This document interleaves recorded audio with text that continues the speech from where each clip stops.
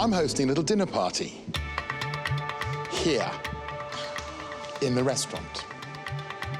I've invited 4 of the elder statesmen of Australia's culinary industry, who together have over 175 years of experience shaping how we as Australians eat.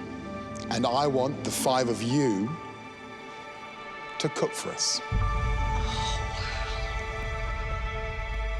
In the morning, you will be given $100 each, and you'll have 15 minutes at Coles supermarket to shop for your ingredients. Hi. You will then have 1 hour to make a dish you think will impress our VIP guests. Your time starts now.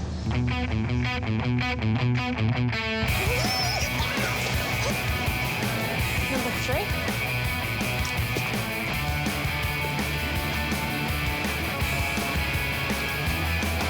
If you're listening to this, you have 7.5 minutes to go to get all your shopping. 7.5 minutes. Let's go, guys. Chop, chop. Okay, duck. Today I'm cooking a main, which is the duck breast with an agridish sauce and some carrots. They got duck breast. I think I got everything. You got everything, did you? Come on, I think I did. go. I don't know how much. I think that's everything. Let's go.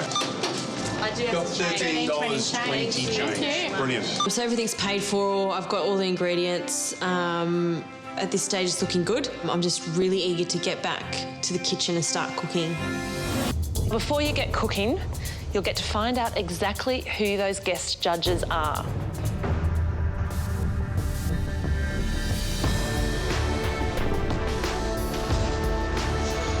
We see these 4 very, very special guests. Margaret Fulton, Armando Pacoco, Jacques Raymond and Chong Yu. Oh my God.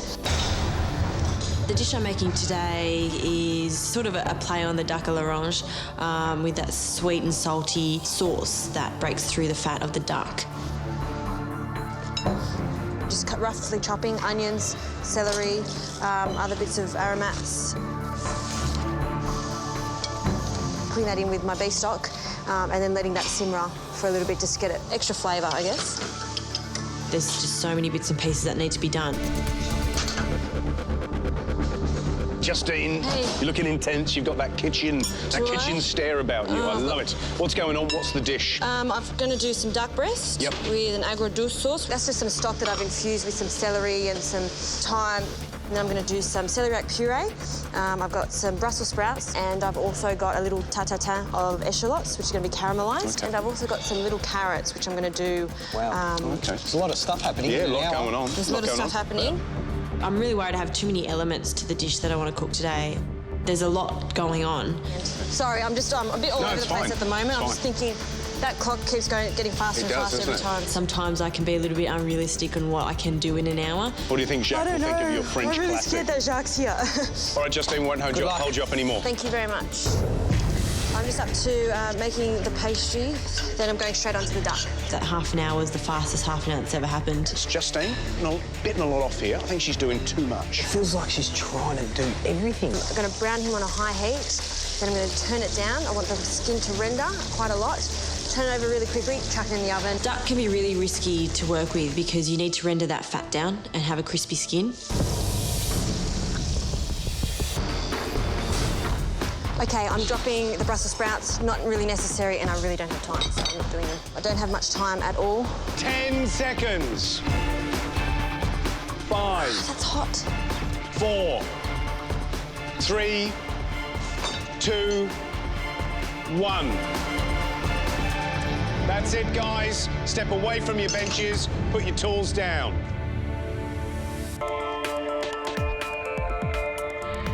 I've done a main course of duck breast with an agridish sauce, celeriac puree, and a caramelised echalot tatin.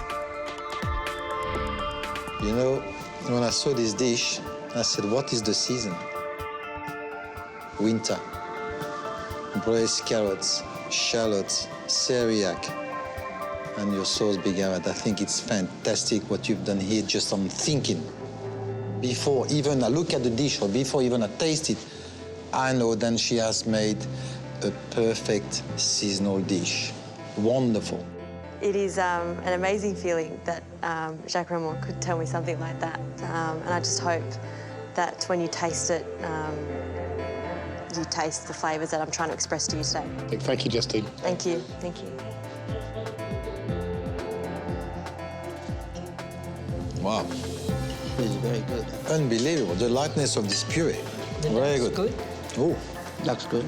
The sauce. Yeah, the big with arad. the dark. Beautiful. That's the big advantage of that dish, really, I have to say.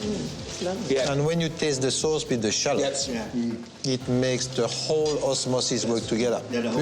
No, it's got a lovely mixture of flavours, each one sort of complementing the next one. That interesting notion of a modern dish, that it's a hearty dish but actually eats quite light. Yeah. That you've got bags of celery flavour, Yes. loads of sweetness from that shallot, a good robust duck flavour. Look how exciting it is when we get a dish like this. Yeah, Everybody yeah. talks together. We get energy. We got pleasure. Eh? All the ingredients in one plate are working together, complementary to each other.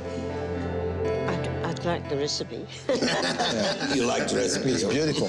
I'm going to reveal the scores from the highest to the lowest.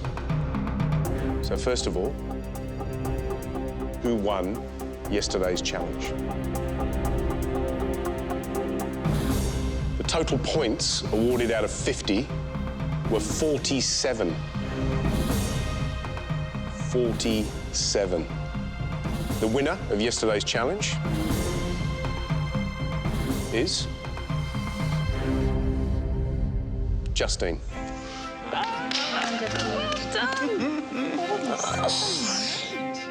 All those extremely hard days, all those team challenges, all those invention tests, all those hours we've spent, the tears, the sweat, the blood, the cuts, the bruises, all worthwhile. Wow, 47. I don't believe it. Justine, I gave you a 10 because I thought it was an impeccable dish, and that's rare for me to do. 10, Daddy? You gave a 10? That is delicious. Look, you weren't there, you didn't taste it. It was fantastic. You will have 90 minutes to make this 2-course Malay meal using coconut and ling as your core ingredients. Poe, your time in the pantry starts now. Thanks, Kathy. Pepper. Some of the ingredients that I chose are the ikan bilis, which is a dried anchovy, belacan, dried shrimp paste, a lot of funk. Poe, your time's up. It's time to start, and as usual, it's just chaotic. Look at Poe go. I am. The person who wins the invention test today will get an amazing advantage for tomorrow's challenge. And the person who does the worst dish will be eliminated. This is going to be really interesting because there's 4 people cooking something they're very unfamiliar with. There's huge pressure on Poe to do well today. I mean, she's picked the theme, she's picked the core ingredients, she's had all night to think about it. The judges will scrutinise her harder. I've waited so long in the competition to be able to cook something from my heritage. I'm cooking something that is familiar to my childhood and, you know, brings back a lot of memories. That smells amazing. That's that pandanus. Yeah. So, wow, smell that. Wow. So we're talking this green leaf here? Yep. The pandanus leaf, right? Yep. I'm making dessert with it. Okay. So I'm Which just is? gonna stuff a glutinous rice dumpling with coconut that's been cooked in that, this, and some brown sugar. Okay, little dumpling in this sweet pandanus and coconut milk. The other man, I'm going to do otak otak, which is a fish custard. Okay. So I'm blending that up with all these fresh spices to make a wet spice mix, and then I'm actually going to boudin it, so I'm going to modernise it. You look absolutely happy. I'm stoked. You look like you're in control. Yes. The pressure's on, no? Yeah, it is. Because as much as, you know, you can talk the talk, Yeah. now you have to walk the walk. Yes. So if the polar coaster comes back and Yeah. you're on the dip, Yep. what does that mean? Bad means bad. It means bad. I think Chris might be the only one that's going to give Poe a run for her money. This is her domain. This is what she knows. I reckon she's standing there cooking, and I reckon she can see her auntie to her right, her mother to her left. Hopefully she's going to do them proud. The only thing that's concerning me, she's got a lot going on. Has she bitten off more than she can chew? And now it's just getting super frantic. Po's cooking in front of me. She's got some crazy-ass techniques going on, but I hope she has a Po meltdown and mucks it up, because I need all the help I can get at this point. I really was on high speed today. Because I was sort of trying to multitask, I was a little bit in danger of burning the pandan essence that I've made. What's that?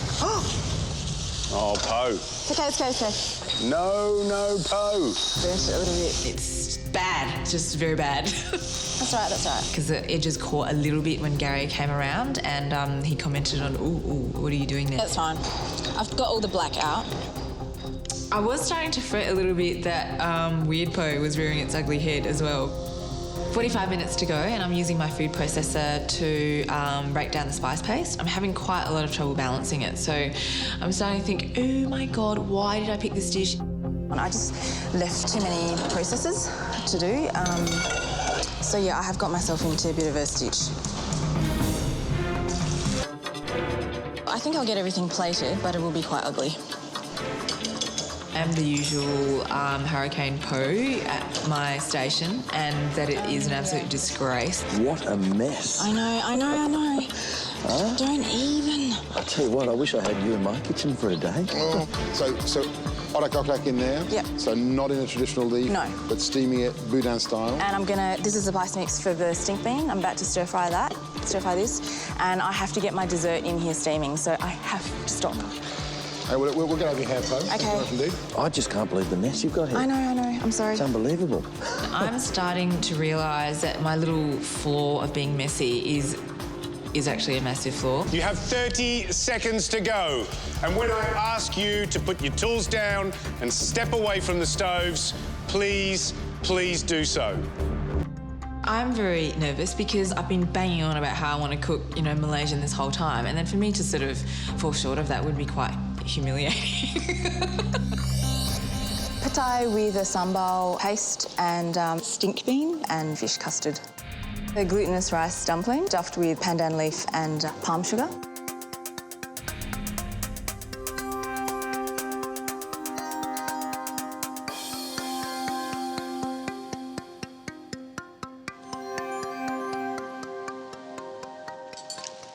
That's beautiful. Lots of interesting flavours. It's just really fresh and vibrant. I love it. I love it. It's fantastic.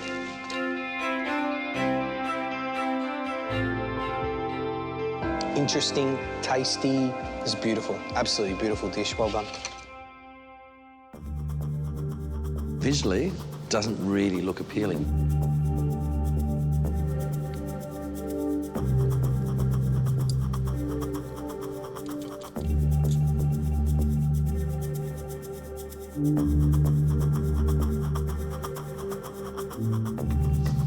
Well, that flavour really packs a punch, doesn't it? I'm quite happy to have another spoonful of that. Overall, pretty good. I think you outwitted them, outsmarted them, and you're probably here to stay for a little bit longer, I'd say. Cheers. Thanks, man. The winner of the invention test today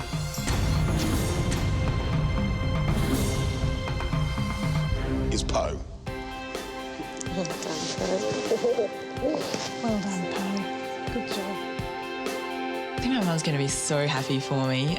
I keep thinking back to how lucky I am to be here. I'm absolutely thrilled. Po, that dessert was exquisite. It was poetry in a bowl.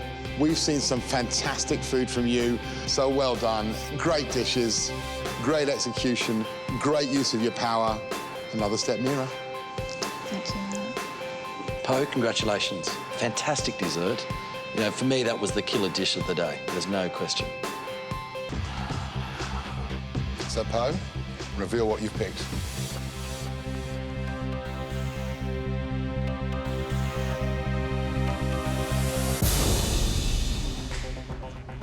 Po chooses mushrooms. I'm not as confident as what I would have been if she had chosen duck or prawns. It's this amazing bowl of all these different varieties of really interesting Asian-style mushrooms, and I think that's absolutely brilliant. You'll all be working with mushrooms as your core ingredient to create a Chinese-inspired meal. You'll also get to choose an additional 10 ingredients from the pantry. Po, had 5 minutes to do this. You will all have 2 minutes. The 5 of you here in the group are first up in the pantry. Your 2 minutes starts now.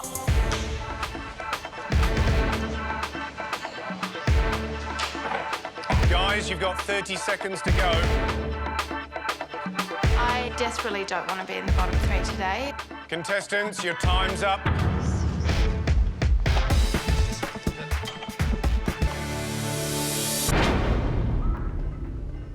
You have 1 hour to prepare and cook the best Chinese-style dish that you possibly can.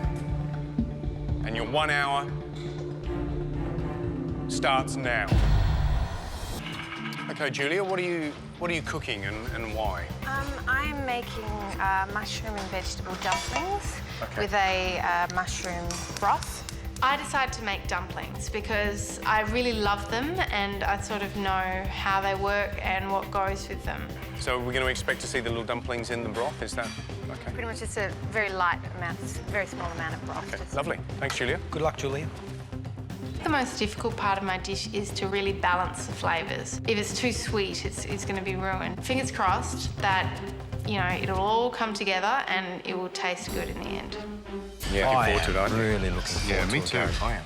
The other one that I picked out along the line there that's doing a really lovely job is Julia. She's made this little stuffing, this little farce. She's put some tofu, some mushrooms, some spices and things in there, and she's made a lovely little dumpling, but she's so neat. They look fantastic, and honestly, it's definitely a technique there, and she's bringing that out in today's challenge. Good. And she's made a nice broth, so I presume she's putting the two together. Yep. So I'm excited about that one.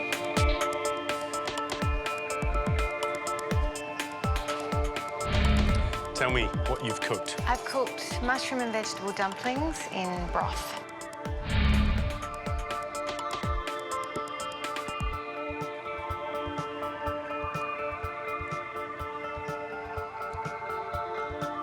It looks really nice. Just the care that you've taken in constructing those little dumplings is admirable. I don't think I could do as well as you did. And I'd be very, very happy to eat a number of those. Well done.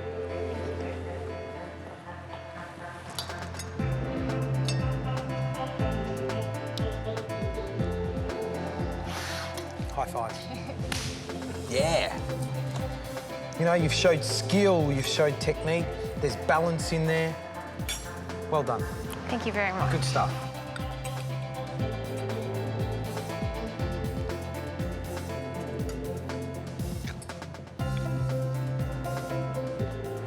I so want to disagree with them, but I can't. That's fantastic. There is something impeccably right about putting the flavours of Chinese vinegar with dumplings. It kind of makes them savoury, and the vinegar has a little bit of a tang around the side of the palate. It really brings out the flavour of those mushrooms. So, absolutely, A1, cracking dish, well done. Thank you. I think I've got a chance of being in the top 3. I just want to be recognised for making good food. One of you will be going head-to-head with a leading chef in our next Celebrity Chef Challenge. You'll also get a chance at a winning ticket through to the final week of this competition. 3 dishes we loved. 1 winner. That winner is...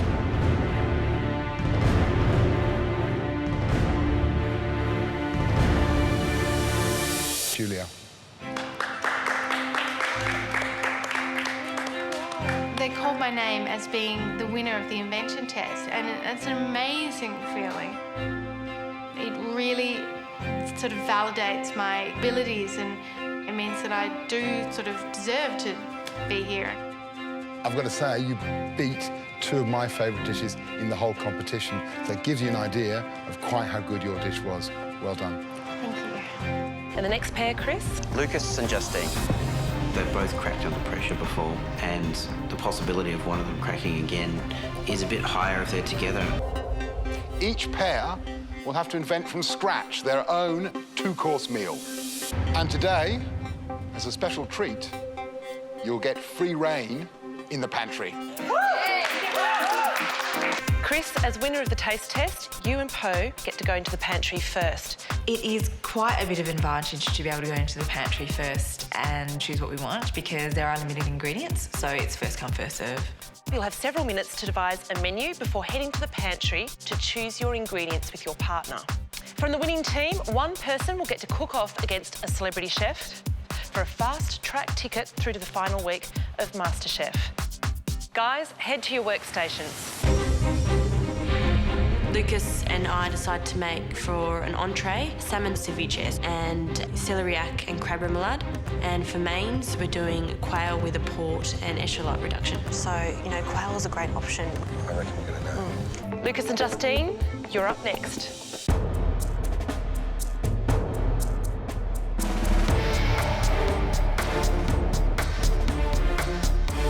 I'm here to win this contest. For me, it's to get in the top 9 now, and then from there go to the top 8, and then from there go to the top 7. So we'll see what happens. Is there another little crab? That's it, in the freezer. In the freezer. Yeah. Which one? 2 pairs going to elimination, 1 pair winning. The pressure is definitely on. Hopefully we can cook the best dish we can.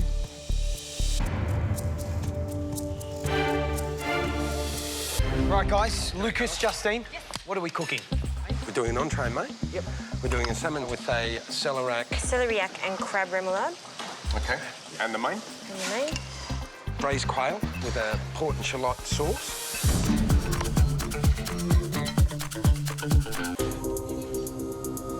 Justine's finishing off the braise, which I then have to carve when it comes out. The potatoes are happening. These are looking really good. Lucas and Justine, it's to braised quail when you've got an hour. We didn't see it going on. They could run out of time and it won't be up. Next up, Lucas and Justine.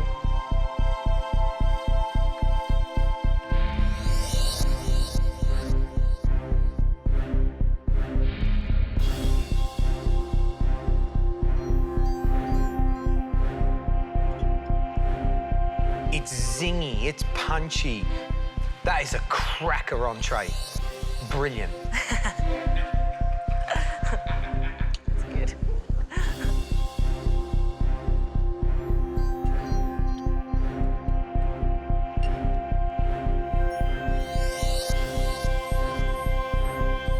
It's the complete dish, so well done. That's a beautiful, beautiful thing. Congratulations. It's a wonderful feeling when you put your heart and soul into something and someone really appreciates it. And that's what food's about.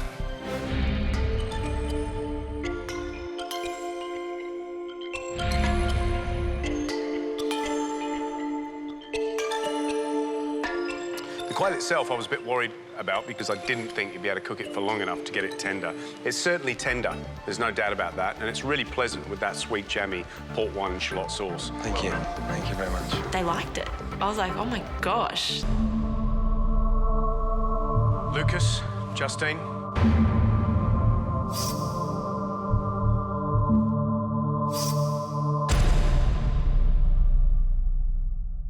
Congratulations. You cooked the best 2-course meal today overall.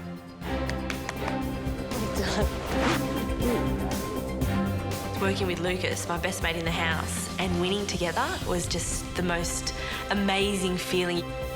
So it was a pleasure to watch the two of you working together as a proper team. Really? Jesus me, you come together. Beauty and the Beast. Yeah, it is. It's Beauty and the Beast. You performed a beautiful job. Well done. So you can lift the lids now. Every time that I go into the mystery box and I see the ingredients, my mind just goes blank. You have a whole snapper. Fantastic. I love cooking fish. I come from an island. We cook with fish all the time. Eggs, a potato, chili, and beer. My background is beer. I run a beer business, so that put a big smile on my face. A really beautiful piece of snapper can be used in many ways. Steamed, roasted whole, pan-fried, fillets taken off. It's really endless. Remember that this challenge is all about winning. It's not about avoiding losing, so be inventive. Push the envelope and show us what you can really do. What have you done there? You've fried the whole thing. Look, I think it's too beautiful a piece of fish to actually cut up. What's the batter, or have you floured it? Well, it's using the red lantern, where I did my kitchen thing the other day. Yeah. I'm using my experience from the red lantern, coating the fish with egg white and flour, frying that up, and then doing a lemon sauce. Tom's done that big whole fish. He's thought about his work experience. He's gone to Red Lantern, he's listening, and he's going to put up a beautiful dish, I hope. Food needs to be going on the plates.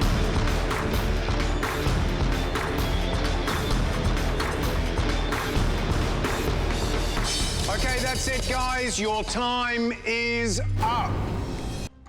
Taking my plate up to the judges, the only thing I'm really concerned about is that the fish will actually fall over, so I'll end up with the flat fish on a plate. Tom, what's the dish? Lemon fish swimming in a chili and ginger sea. It's definitely straight out of Jaws, isn't it? Dun-dun, dun-dun, dun-dun, dun-dun. Tom, you're listening. Your time at Red Lantern, you're absorbing all these things, and that's great, mate, because you're actually putting that into your food. Fish is moist. It's really delicious and delicate. No. Impeccably cooked fish. It's a very clever dish. It's beautifully understated. It looks spectacular. Congratulations. It's probably your best work. Well done. Thank you. It's great having praise from people like Gary and Matt. It's a good feeling. The winner of today's Mystery Box Challenge is Tom. I'm happy and flattered that they actually think I've cooked the best dish, because I still think that it wasn't as good as it could have been. Peter, as our special guest, you get to choose the dish that yourself and Julia will be cooking today. What will that dish be? We've got a tea-smoked duck breast with a ravioli of water chestnut, pear and duck liver, with a blood orange sauce, a little bit of spinach and some crispy fried ginger. How does that sound? Complicated. What a great dish. Tea smoking, a classic Szechuan technique, easy to do in the wok, but very, very dangerous if you get it too smoky, because it's going to dominate the flavour of everything. So, we have to leave you to cook now, so that we don't know who's cooked which dish. Good luck, Julia. Thank you. What I like to call this dish is the Asian version of a duck à l'orange. What do you think? It looks beautiful. You really want the duck to be pink, but cooked through. Otherwise, it'll be a horrible thing to eat.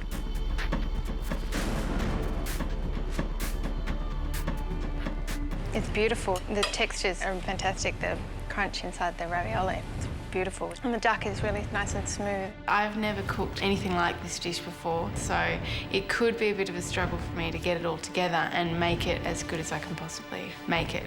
Julia, you'll get a 30-minute head start on Pete. Good luck to both of you. Your time starts now. The whole balcony is filled with everyone else in the competition and they're staring down. I'm scared about making a fool of myself, basically. I don't want to do that. I want to do a really good job. I'm looking at all the ingredients and I just really wish that I had a little bit more time to just really get the recipe into my head, but I don't have that time. I have to do it now. So what's the process you're going to do? While this is caramelising, I'm going to julienne the ginger, ready to fry it, and I'm going to get the smoking mixture together for the duck. The first thing Chilli does is chop down really finely the ginger. It's one of the last things to go on top of the dish, but I think she sees it as something she can get out of the way quickly. That look good? Quick, quick, quick. So to make it even more crispy, a little bit of sea salt over that helps drag out the moisture. I'm basically taking through step by step how I would do it. You can put the juice in if you like. I've done the full amount and I don't have enough juice, I don't think. What I'll do, I'll give you mine. We're going to add some orange juice. We reduce that down until we get a syrup. That's the sauce. Say when. Love it. The duck, we're going to smoke it in a manner called tea smoking, which is a Chinese way to impart flavour into a dish. As well as the spices and the orange peel, the sugar is there to add some sweetness, but also to give it a beautiful colour. Yeah. as it's smoking. And the rice basically adds a little bit of flavour, but more so helps to bind it all together. The role of the chef is to educate, and hopefully I've helped her along the way of her path of knowledge. 30 minutes to go, guys. 30 minutes. I'm getting ready to start smoking the duck. It's crunch time. The biggest challenge for Julie is going to be tea smoking the duck because you can over smoke it and becomes a bit bitter or overpowering the smoky flavour.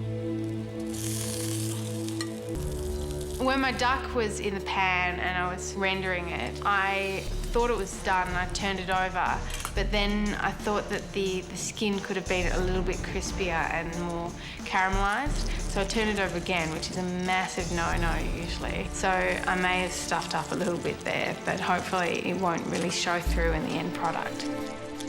Julia's duck looks very dark, and when Pete's comes out, it looks very light, and we all think, she's overcooked it. And so we're worried at this point that, that Julia might have blown the challenge. I'm actually feeling confident that my dish is going to be ready and it's going to be on the plate and it's going to look good.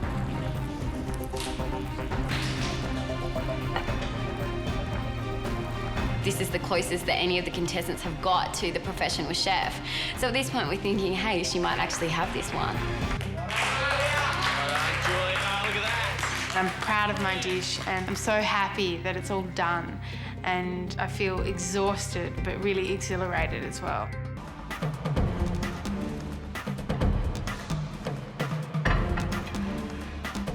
Thank you.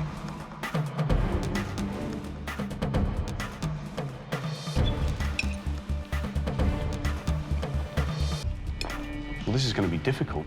That dish is almost identical in appearance and in fact appeal as the other one. But there's a difference with the duck, and that's the tea smoke.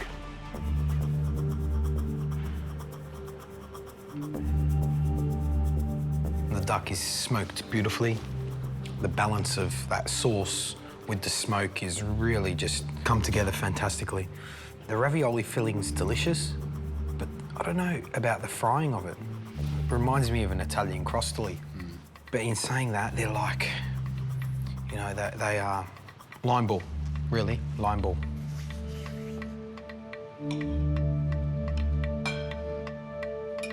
This ravioli seems like the chestnut and the pear has been cut a bit more chunky, and I feel a bit cheated because in this bit, there's not much pate there. And I love that combination of liver pate with duck. Having said that, that duck is impeccable. And this bit here, this little brown crispy this bit here, which I know. No. Gary, you've got to have that because I know you're looking at it. There you go. The fact that there's a bit of duck on the plate that you and I would fight each other, probably to the death for, is a sign it's a great dish. What a privilege and a pleasure to be presented with two such fantastic dishes. Julia, if you now score more than 24 out of 30, you'll be getting a free ride all the way through to the final week of MasterChef Australia. Gary, what did you give plate 2? I scored plate 2 9 out of 10.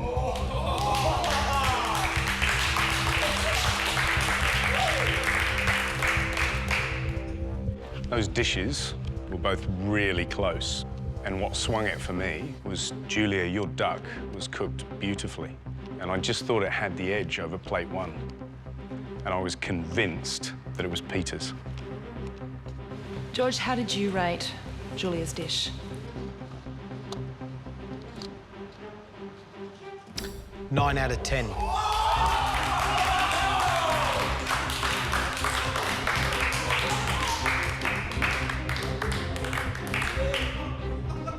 You can have a job in my kitchen any day of the week, yeah? That was brilliant. I'm thinking she's won it. She really has won it. If Matt Preston now gives you a score of 7 or more, you will win that guaranteed spot in the finals of MasterChef Australia. How does that feel? I'm freaking out a little bit. Well, Matt Preston is one of the toughest restaurant critics in this country, so anything could happen right now. Matt, it's time to reveal the winner of today's challenge.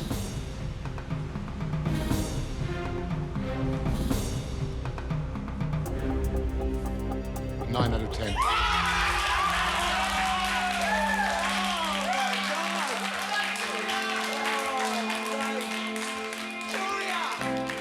I had beaten Pete Evans, I'd beaten the chef. I was never, ever, ever expecting it, and I did it. You cooked that duck like a 30-year veteran of a French kitchen. It was fantastic. I've not seen duck cooked like that for the last year. It was really, really impressive. Congratulations. Peter is obviously a fantastic teacher. He is, definitely.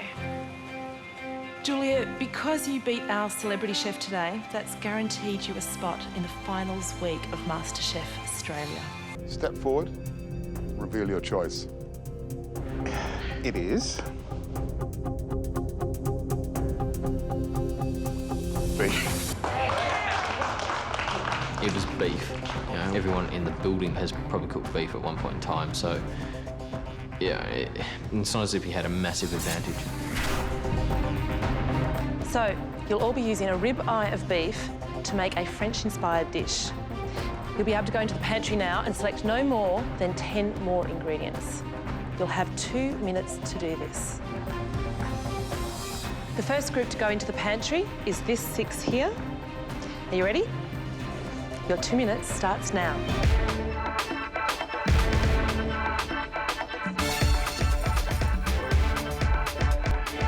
I'm here to win, so I'll do everything I can to stay out of the bottom 3.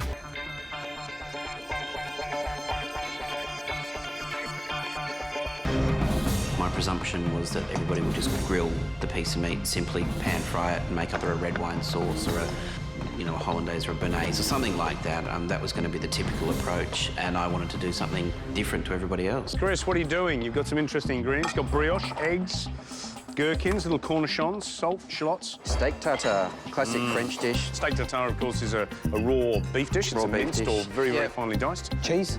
That's to eat. Are you kidding? No.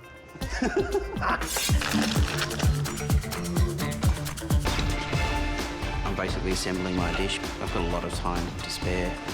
I don't know if I was just being cocky or not, but I thought it'd be nice to have a bit of cheese while I was waiting around. I should have got a bottle of wine, actually. 1 ingredient down, I could have afforded it. Walking up towards the judges, and I'm seeing steak after steak after steak, beautifully cooked, and I'm thinking, oh, shit, what have I done?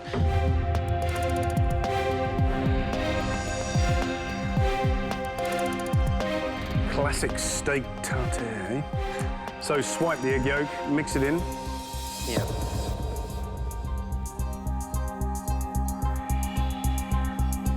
For those that don't eat steak tartare, what you've got to appreciate is this sort of lovely, soft, slippery, raw beef. It's got to be absolutely fresh. You've achieved that.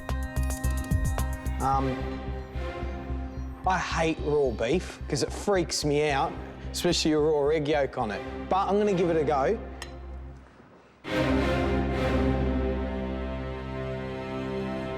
You know what, mate? You've pulled it off. Well done. That's a great interpretation. And you should walk back feeling very proud of what you achieved, Chris. Thank you. Matt doesn't readily say things like that, so I was feeling good about it.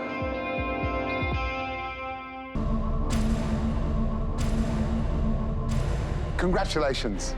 You 3 have presented us with the 3 most delicious dishes that we ate today. Finally, I'm amongst the winners. 3 amazing dishes, but only, sadly, 1 winner. And that winner is Chris. Matt revealed that I'd won, which was fantastic. I'm glad I went out on a bit of a limb in cooking a raw dish. It was great. You are really looking like a real chef, yeah? I hate raw meat, I hate tartare, but I ate that today and walked away and went, you know what? That's not bad at all. That is a real chef's dish. Well done, keep it going. And because it's finals week, it's double trouble. You have to make 2 pies, 1 sweet and 1 savoury. My math dropped. Oh my gosh. I'm gonna need a lot of time to make 2 pies. Obviously, you need ingredients for fillings. Ingredients we have. This is for your sweet pie. You got so many fillings, be as creative as you like, but it must taste beautiful. My mind immediately is just going, oh, too many combinations. I'm kind of just buzzing with ideas. This table is laden with ingredients. There's no excuses here. you should be able to produce a beautiful savoury pie. You can use as many or as few ingredients as you want. The only restriction is that you must have pastry in both of your pies. You have 2 hours to produce your 2 pies.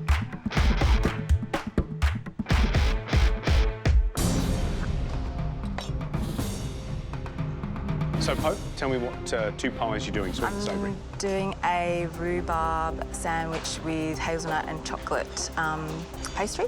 So it's like an open pie, essentially. Right. I'm actually going to construct the pie out of basically 2 biscuits of pastry, and then I'm going to stew the rhubarb so that they're all upright and try and keep that shape. I think you're very brave doing something really creative. Yep. And I think you're pushing the boundaries in terms of what is a classic pie. Yeah, we don't want to see a whole lot of one-dimensional pies, do we? No, not at all. I was really pushing the definition of a pie, but I think that's good. I think it's good to reinvent things and push people's perceptions of what, you know, things should be or shouldn't be. It's a typical Poe in a pressure situation. She wants to do something creative, but if it all goes wrong, she's going to give us something that's maybe fallen over or collapsing, or she could put up that gorgeous rhubarb pie and impress us all. Poe, how's it going? I'm actually going to make an open pie, like a sandwich. Oh. And I've got rhubarb going on in there. Have you made anything like this before? I have never made anything like this before. It's just a harebrained idea that I had. I do believe in what I'm trying to achieve in this competition, and as much as I've been caned for taking too many risks, I still believe in taking them. And what about your savoury pie? I've made a blue cheese. I'm going to make a pasty with 4 cheeses, and it's just vegetables. Good luck, Poe. OK, thank you. I did feel extra nervous, even though I thought my pie definitely looked better than everyone's. Like, it's always down to the flavour, and you just never know.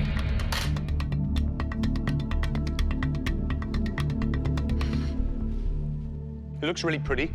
The little crimps that you put around the edge are perfect, absolutely perfect. The filling's interesting. The reason why it's interesting is because that blue cheese gets in the way of something, and it sort of confuses it a little bit. OK. You've taken the risk. I mean, I love blue cheese.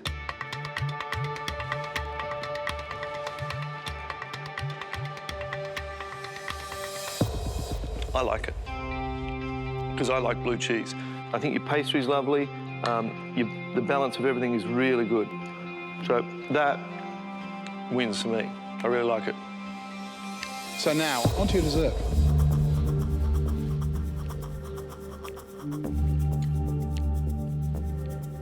What you've given us is a wonderful combination of not too sweet pastry, that beautiful sourness of the rhubarb, and that richness of the chocolate. And really, that is a cracking dessert and possibly the best we've seen today. Poe, I love this dish because I think it's a really clever, modern interpretation of a pie, and you've combined 3 interesting flavours that I've not seen before on the same plate. Chocolate, hazelnut, and rhubarb. Well done.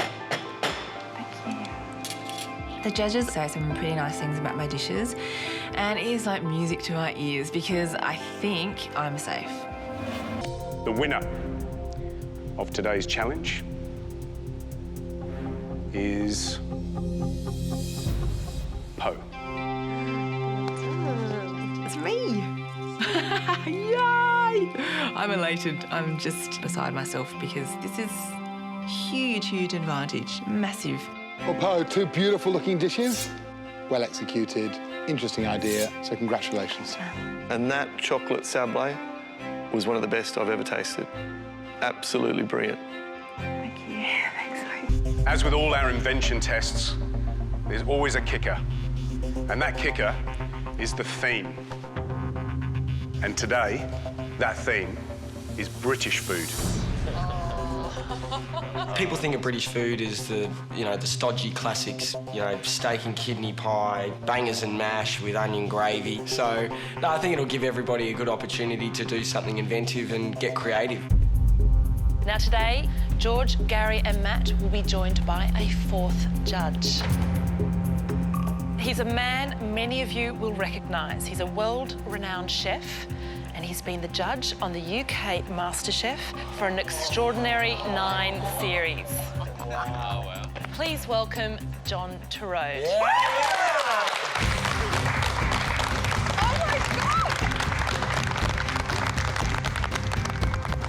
Hi, John. How are you?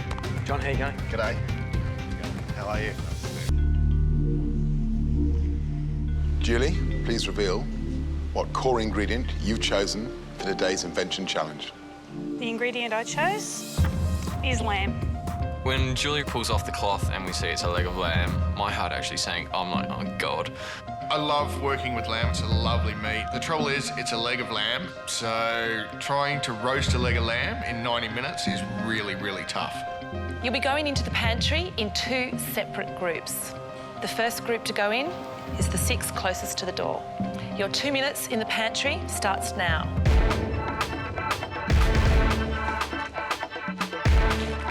For me, it's about the bits and pieces that go with it to make the lamb shine. You have 1 minute to go, guys. So I automatically thought spinach, mint, mustard, hot English mustard. The Poms love hot English mustard.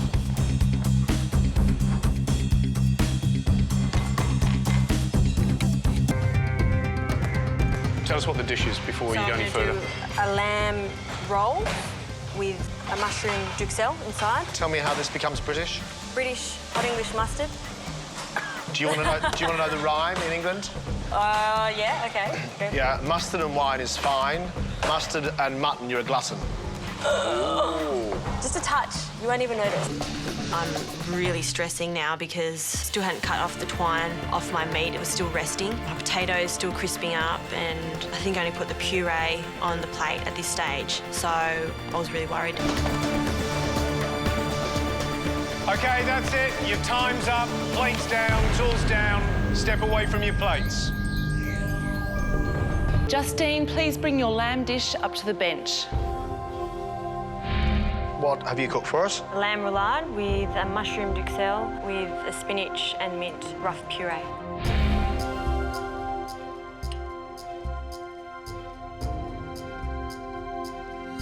For me, the balance of that iron-rich spinach with a touch of fresh mint, the woodiness that goes with those mushrooms, the sweetness of that lamb, and the crispiness of those potatoes with a little bit of time on them. It's perfect. Love it. Love the flavours, love the precision, love the presentation, and as far as the brief is concerned, being quintessentially English, you've got it right there on a plate. Thank you. Good job. Thanks.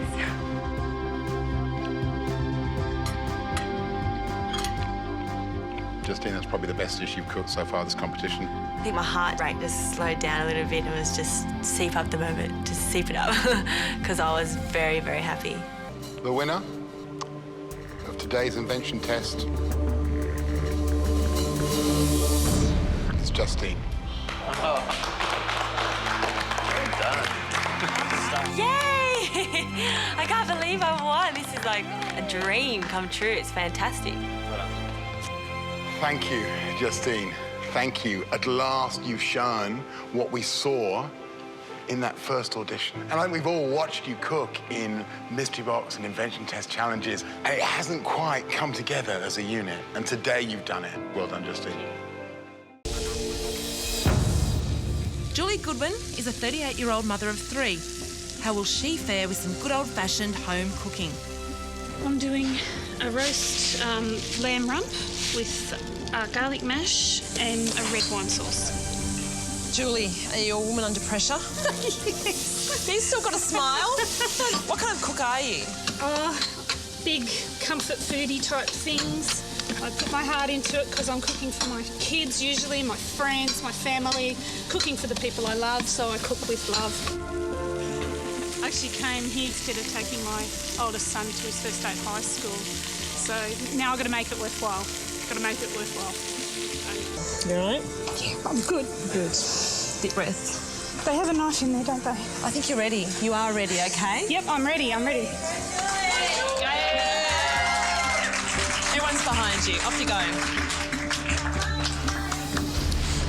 Hello. Hi, Julie. How are you feeling? Oh, I'm really, really excited to the point of terror. Right. Gonna unload your stuff and start cooking? Yep, I'm going to carve and plate for you and just reheat my sauce. So, why MasterChef? I'd like to be good fast food, that people can come in, take home a beautifully cooked, fresh food, family meal, put it on their table, and it's home-cooked food. It just wasn't cooked in the home it's served in. lamb and mash.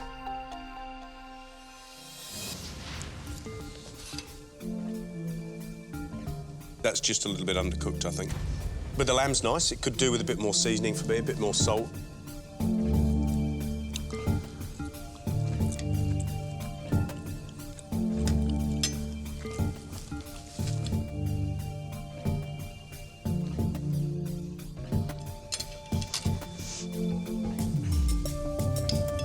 This is excruciating.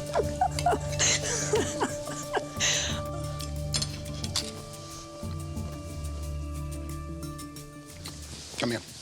Give me a hug, because that is fantastic. Oh, my God. Lovely. Really good. I've been looking for someone to do that sort of dish the whole time.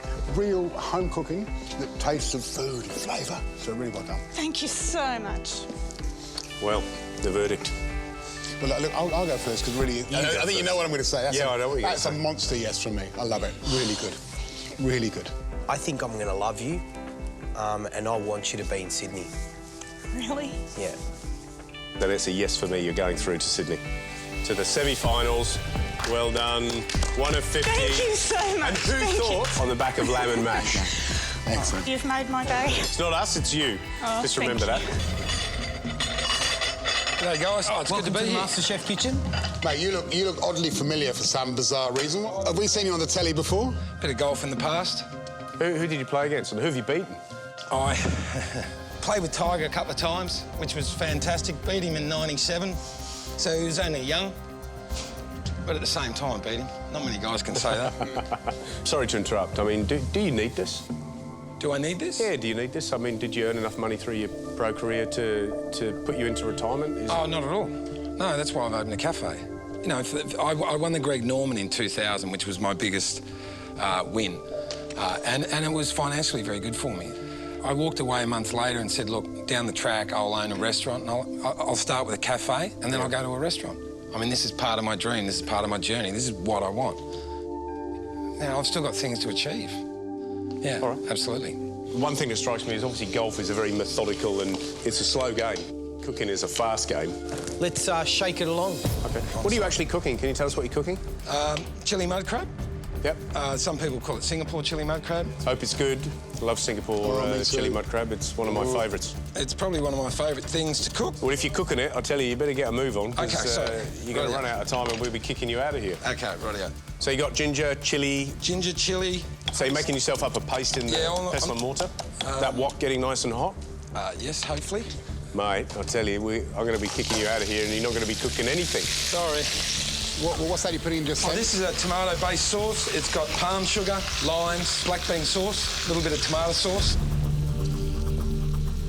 The tomato sauce you put on pies type tomato sauce, yeah? Look, I've tried to cook it without it. I've tried to duplicate it, and to be honest, it doesn't taste as good. So it's an essential part of a true Singapore chili crab is a splash of it is? sauce. OK, well, that's good. Gotta have it.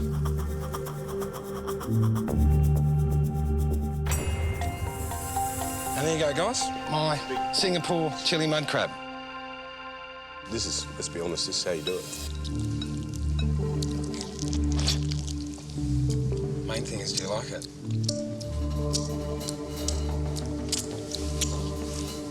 Good. That's what it's about. Oh, good. What's the bun? It's going to be interesting with George. It's going to be very interesting. Because George is not a chili man, are you, George? No. At least my shirt, it blends in.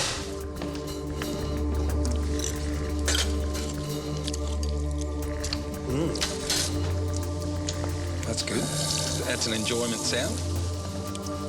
You know,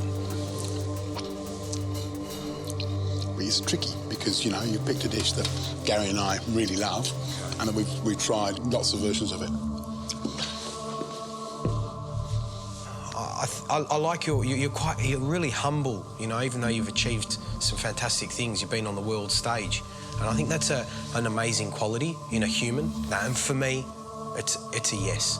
Oh, thank you very much.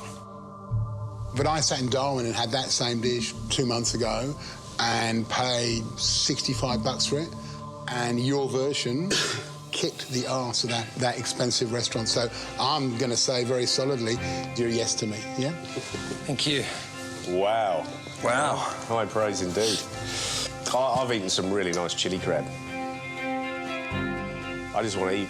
I'd eat the whole lot, mate. I would eat the whole lot. So based on the dish, regardless of anything else, it's a massive yes. So well done. From professional golfer to amateur MasterChef, really, isn't it? Congratulations. Oh, thank you. I'm tired, nervous, and suddenly all after nothing. It's just suddenly all happening. 23-year-old Julia Jenkins has a lot riding on MasterChef. Basically, I just quit my job. I really wanted to just move into the food industry. I made a very big and a very scary step. Yeah, I am a little nervous for her. Yeah. I hope she goes well. Yeah. She's very passionate about food, so... So, today I'm cooking a roasted tomato cappelletti. It's a filled pasta. And I'm also making a dessert. And this is a baked ricotta, like a pudding. Good luck, darling.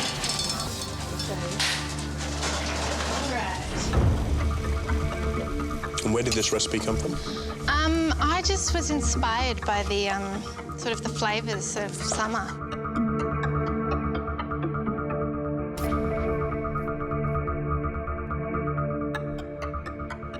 What's inside the zucchini flour? It's a little bit of herb ricotta. What would it mean for you to go next round? It would just, it would mean the world. I don't think I wanted anything as much as I've wanted this before. Like, How do you feel if you don't get anywhere? I'd feel pretty gutted. George, did you have a second mouthful? I think he's gone for a third.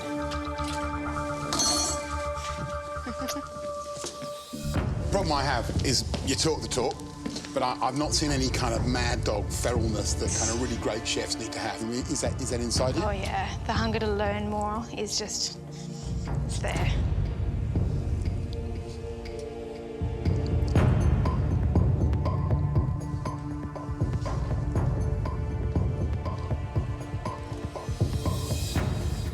Ooh, it's a tough one.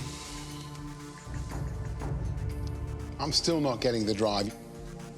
I don't really get a sense of what's there, like what's really in here. I don't know, I find when I'm talking about food or I'm cooking food, I just suddenly, I feel really elated. Like one of the times in your life when you just feel really, really happy. You suddenly, like, I tune out of everything else. It's how I calm down, it's how I amp up, it's how I, you know, it's just everything. Your parents supportive? Very, yeah. My mum's here. Can I meet you, Mum? Yeah, sure. Go grab her.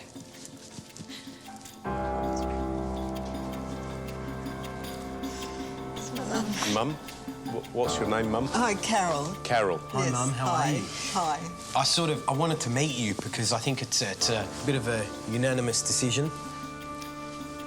And the decision is... you're going to Sydney. Back in Sydney. The semi-finals and the top 50. Thank you so much. Well done. Come on, give me a hug. Right. Gentlemen, how are you? Andre, how are you, mate? That's good. How's things? Yeah, OK. Right, mate, press on then. Let's go. Chop, chop. Now, the dish is... it's a polpetti, it's a meatball, it's Milanese. It's wrapped in a lettuce leaf and on a bed of grilled polenta. What I did last night, I didn't know what I was going to do. I stuffed the truffle into the polenta. It only had 24 hours to infuse. I've never done it before. Can I stop you? Can you just slow down? Is it going to spoil if it stays in that pan? No, it's not going to spoil? Yeah, it's fine. Just leave it alone, just for a second. Yep. Let's just have a conversation. Is this you? Are you a little nervous? I'm absolutely wired right now. Obviously, you're very passionate. Maybe you can just explain that a bit. I want to become a complete cook or chef. I know the principles of cooking. Yeah. Where I've gone wrong here, I can tell you right now. I want to have a more refined palate. You've redeemed yourself slightly. We've slowed you down. Pop it on a plate.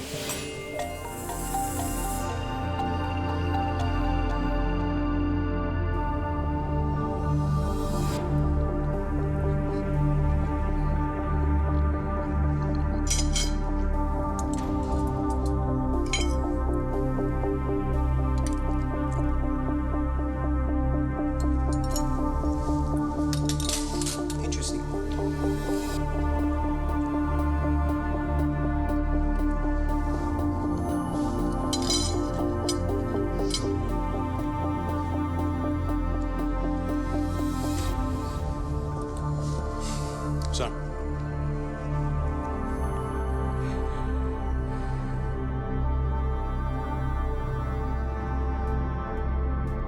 Great dish. Really, really good dish. Thank you. Thank God we've got a dish here in Adelaide that is good, yeah? Fantastic. Well done. Yep. From a cooking point of view, it's an absolute definite yes for me. I want you to go to the next stage. I think you can go all the way. I think you could be the winner if you put your mind to it. Yep. So, gents, great job. Looking forward to seeing you in Sydney. Yeah, thank you. Cheers. Adelaide has recovered itself. We have had a good meal. Thank goodness. Hallelujah!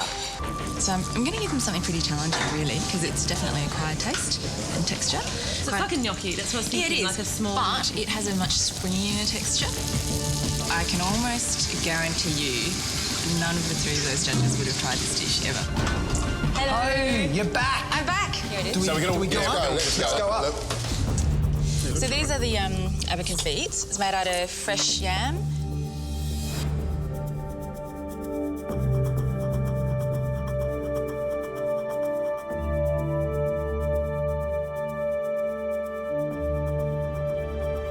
That is singularly the best dish we've had. Yeah. That's the sort of dish that I really hoped that we'd find in this competition.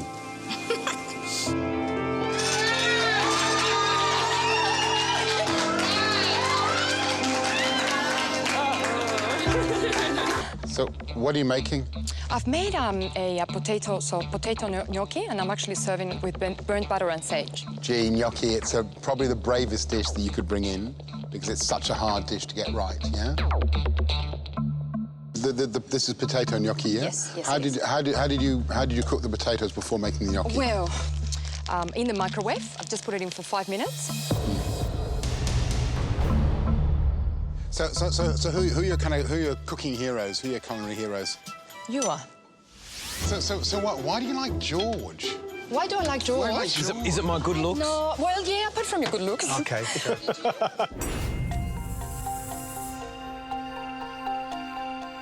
All right, we're going to taste. All righty.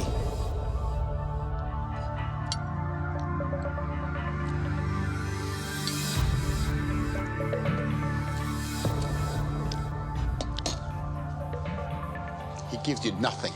Nothing. He didn't say anything to He me. gives you nothing.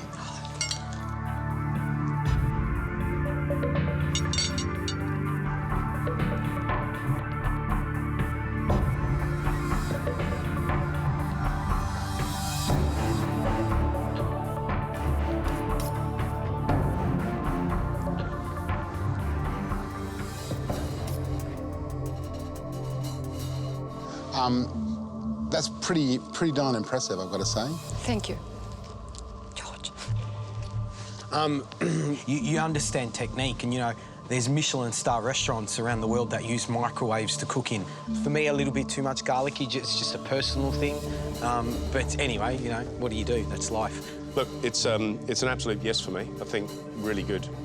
Well done. Thank you.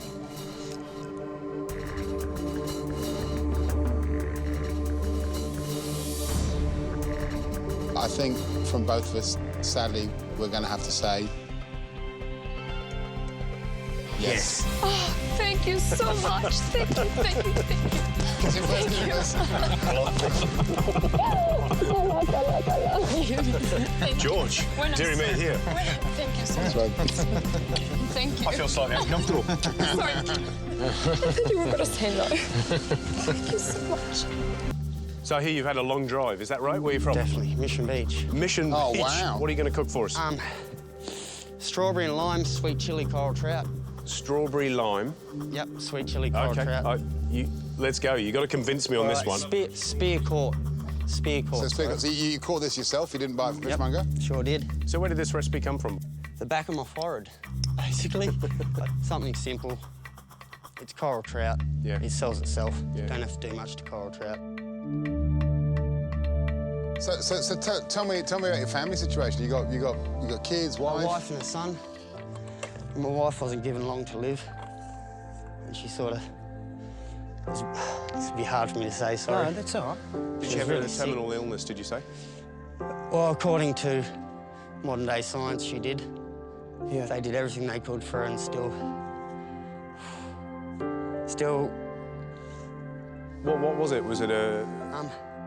Cancer, and I proposed to her, took her away, and we came back 3 months later. On our wedding day, she told me the doctor had rang her up the day before, said, "You've got the all clear, we can't find anything wrong."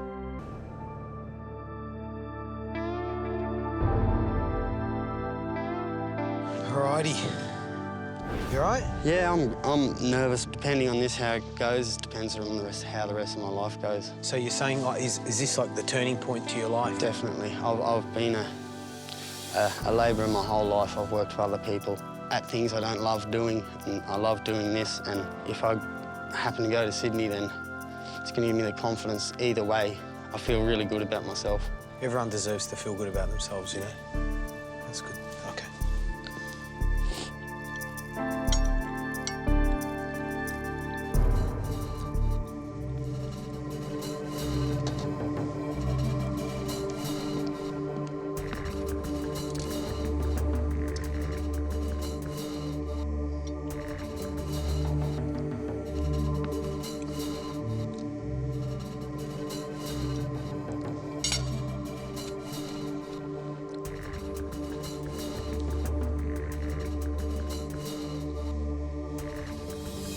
Obviously, you've driven down from bloody, you know, Mission Beach. That's a big commitment, you know? Yeah. I just don't know. What's interesting about the dish is you haven't boiled the rice up. The strawberries are a little bit weird, but I think you've actually got a bit of a palate. Obviously, your knife skills are good, which is another big plus. It's a yes from me. Awesome. You know, my head chef for the press club, he came to me, you know, 5.5 years ago, and he couldn't peel a tomato. But I gave him a chance. You know, 6 months ago, he was awarded Young Chef of the Year. I can teach you how to cook a piece of fish. If you're dedicated and you're going to be disciplined and, you know, head down, bum up, it's a yes from me. OK. MasterChef's greatest long shot, Jared. You're going awesome. You're going to Sydney, mate. Beautiful. Thank you guys so much. Yep. Thank you. Well done. Let's hope you can pull the stops out, mate. Yeah. Do it round and do it up in front of you. Looks pretty good on you. Thanks, Jared. Looking forward to seeing you in Sydney. You will. I'll be there. He's either going to go one way or the other, and let's hope that this chance that we're giving him is going to work for him. Yeah. So we got the family. We've got the Luton family. Is it Luton? Put my sister in, Melissa, a.k.a. Nonna. Why a.k.a. Nonna? Because I've been making pasta de nonna. Right, OK, then. I've made tortellini with sage butter sauce. So Zach, who's the better cook? We're both very different styles of cooking. Melissa, I would say, is more intricate, more delicate. I'm more explosion, inventive, visionary. I'll get in the kitchen not knowing what I'm about to do and just go for it. What do you love about her cooking? Well, one thing I always love is just that plain, simple food. Plain, simple food? Because it's delicate. It's plain and simple. Very There's delicate. nothing wrong with plain simple, And it just Melissa. brings that light subtlety through. So what she's done today is just that light, subtle flavour. We've got two dishes, brother and sister. Explain to me what we've got here. We've got duck. Yes, I've got a stuffed rolled duck with my gobble-gobble stuffing. OK, and what do we got here? Bug and sage tortellini.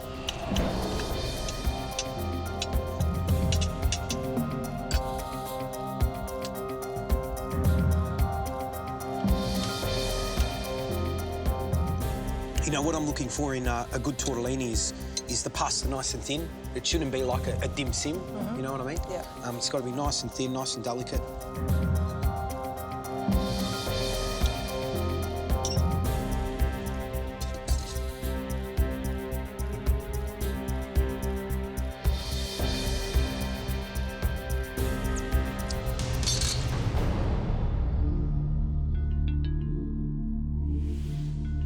What should we start with?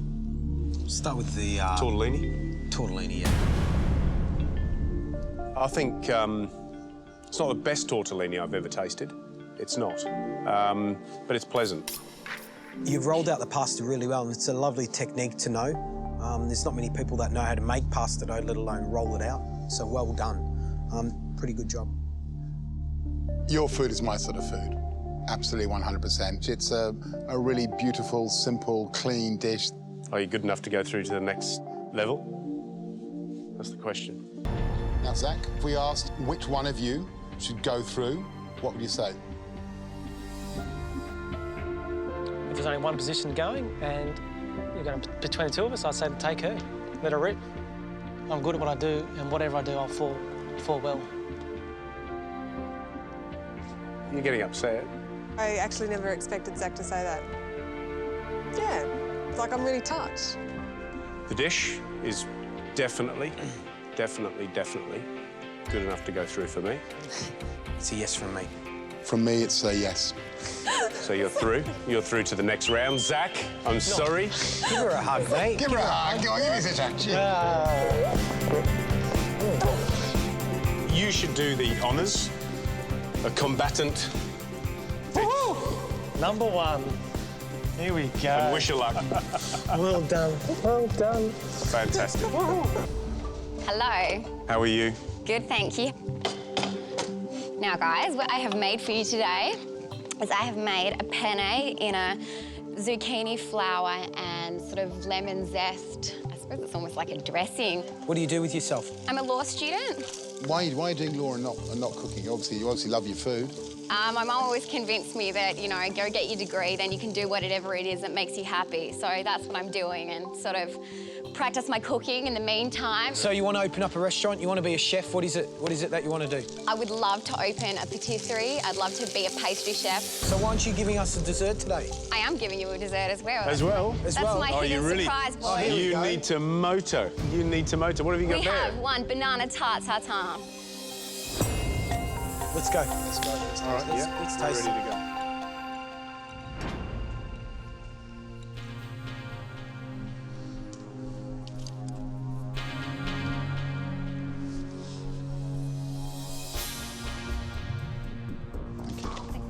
My pleasure.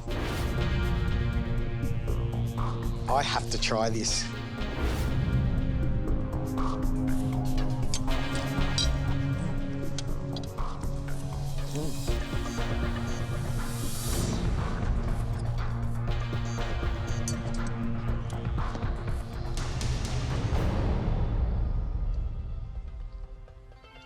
It's the first thing I've enjoyed all day.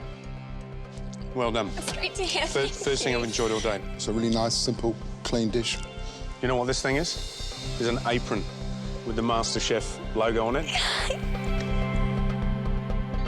This is where it begins. Oh, so thank you congratulations. so much. Thank you. Well done. Thank and we you look so forward to much, seeing you in guys. I'm Sydney. so pleased. Brilliant. Thank you. You deserve it. Yes. Well done.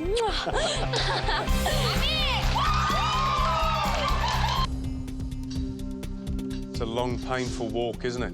Through here? From the door, yeah. Wasn't that bad. Yeah, OK. Brilliant. Right, come on, smart ass. Yeah. Get all that stuff on the bench. So tell us, what are you cooking? This is something I made myself. It's sort of inspired by chili mussels, but it's got shallots, leek, cherry tomatoes with a wine and stock broth sort of thing. Have you cut your finger? Yeah, but I'm right. You taking the top off it? No, just a chunk out of the side. Just a chunk out of the side. I'll be right. I can just put it in this and cook it. No, hang on. Just relax. We'll fix it. George. You'll be able to move on. Calm down. Take a deep breath. Yeah. Relax. Hang on. No, I'm not finished yet. Yeah. George, is the rest of the finger in the parsley? Hey? I'll get rid of that parsley. Yeah, there it is. Let's have a look. We've got the top of the finger. Nice. There it is. Let me chop them for you, because I don't want you to cut your finger off again. Tell us about that soup you've got on. What's in it? Julienne, some leek. Yeah. Brunoise, some shallots, and just quartered some cherry tomatoes, sautéed them, sweated them off. Then Only joking. Let's hope it tastes as nice as you talk, yeah? Smells good.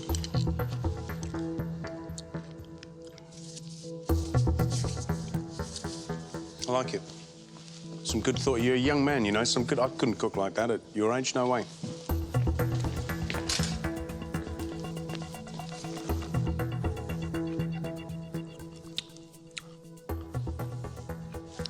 You know what? I'm glad you chopped your finger, because you're going to chop loads more, you're going to burn loads of hands, it's going to be intense, yeah? Thank you.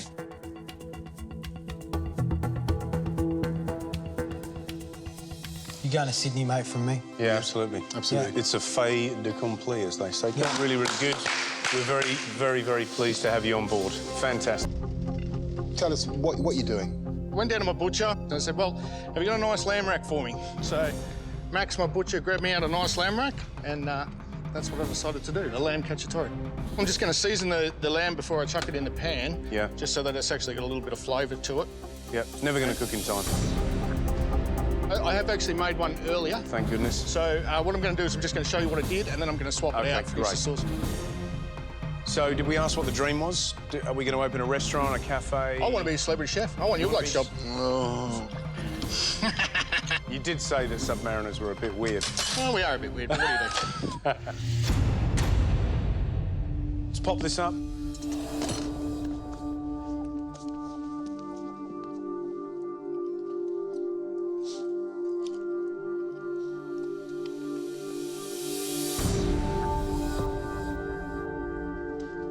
Nice bit of meat. Thank you, sir. Sauce is not bad. You know, it's a bit clumsy, but it's not bad. Not bad.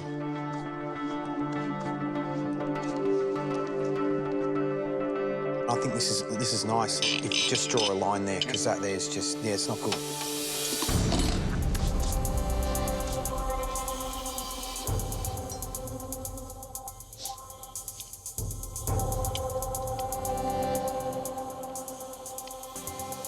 That's great.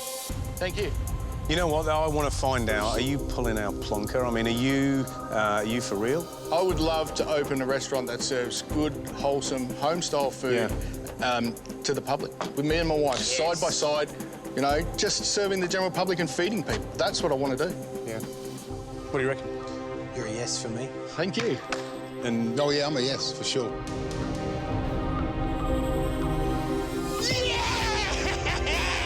Nice one!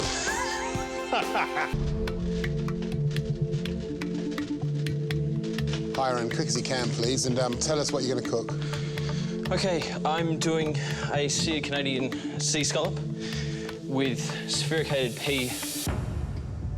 So you're a bit of a fan of techno-emotional modern cuisine, are you? At the end of the day, there's no new fish jumping out of the sea. We're not, you know, there's no new herbs that people are growing. So, you know, this is the way of redefining textures, putting new flavours together, and just being out there and courageous. What you're basically doing there is you've taken a load of peas, which are round in the first place, and you've essentially made them into a puree, and then you're making them back into a pea, isn't it? Yeah, but it's a different texture to a pea. This is a burst of flavour. It's not a pea in its essence. It is. And the people at home will be saying, I just don't get that. Yeah, I really just wanted to try and be different. OK, let's taste it and we'll see what it's like.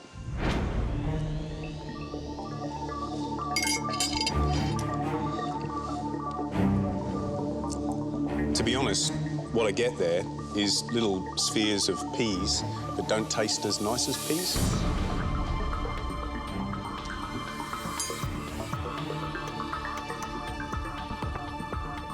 The problem with this food is it's very, very, very easy for it to be wanky.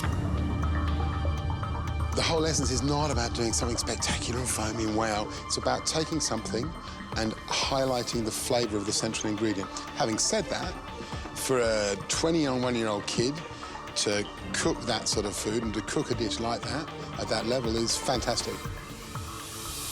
From my point of view, you've presented an interesting dish. If you can temper a little bit of this need to show off this way and concentrate on some basics, then I think you'll do well. So from me, I'd like to see you in Sydney. It's a yes from me. Thank you. I'm really impressed about what you know. And I do want you to come to Sydney, but head down, bum up. So it's a yes from me. This country has yet to really embrace this style of food, and that's a concern. But that's a yes from me. Cheers, thank you. So you're going to Sydney? Oh, thanks. Yeah. Look, you've impressed us enough to go, so well done. Thanks. 1 of 50. What a chance, yeah. huh? Well, I'm nearly in tears. I'm so happy. It's OK, you can cry. Yeah, It's like... Screeches. You all right? Yeah. Come on, do your apron up, and I'll give you a hand to pack down, yeah? Well done. Hi, Sarah, welcome. Hey. Congratulations on making it this far. Thank you so much. I'm out to prove that vegetarian food can taste good because I'm vegetarian. So what did you do? So what I Go did, step by step. roasted some beetroots up. I used kind of rolly rice rather than arborio because I find that it holds its shape a bit better. Good decision. I chose to use the goat's cheese and the walnuts, partly because I really like contrasting textures. You've obviously spent some time thinking about flavours. Can you talk about your relationship with food? Well, I actually had an eating disorder, anorexia, and it took a fair chunk of my life away from me. I know it's going to sound really weird, but my eating disorder has actually helped me become a better cook. When you go without something for a long time, you really, really love it when you get it back. When you first discussed the dish, I was excited by it. I'm not actually really excited now because I hate moulded rice.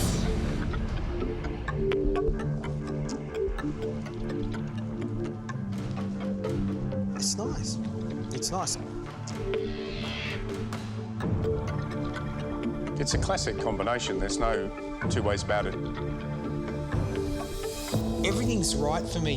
You know, the fundamental flavours are there. What really impressed me is your understanding of texture, and it's a thing that so many chefs forget about. You're in it for me. Really? You know, I think there's something there. You're a yes for me. You want to do the honours?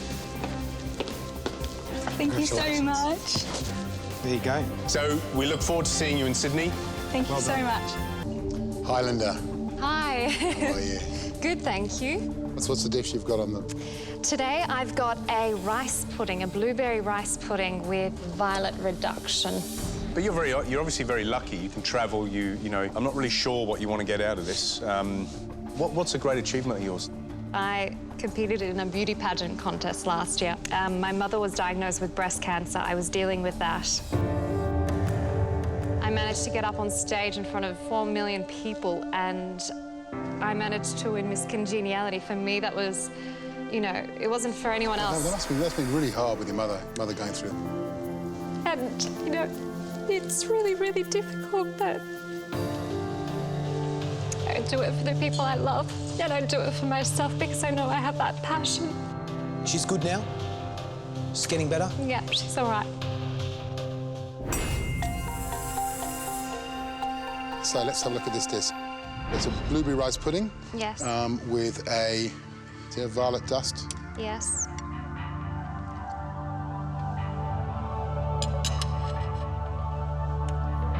You talk a lot about how food looks, and this is, I think, probably the first dish that looks like it's come out of a proper European Michelin-starred restaurant, and that's fantastic.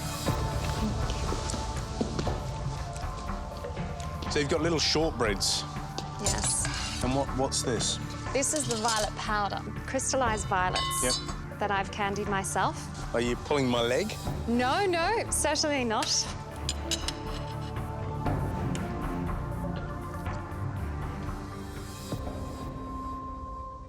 Listen, what I'm imagining in Sydney is these 50 great people that are passionate, that are driven. They'll be sweating, they'll be crying, they'll be laughing. Are you able to tick all those? Yes. Yes, yes, yes, yes, yes. You're in it for me. Yep. You're in it for me. Yep, for me as well, then. Thank you so much. Thank you.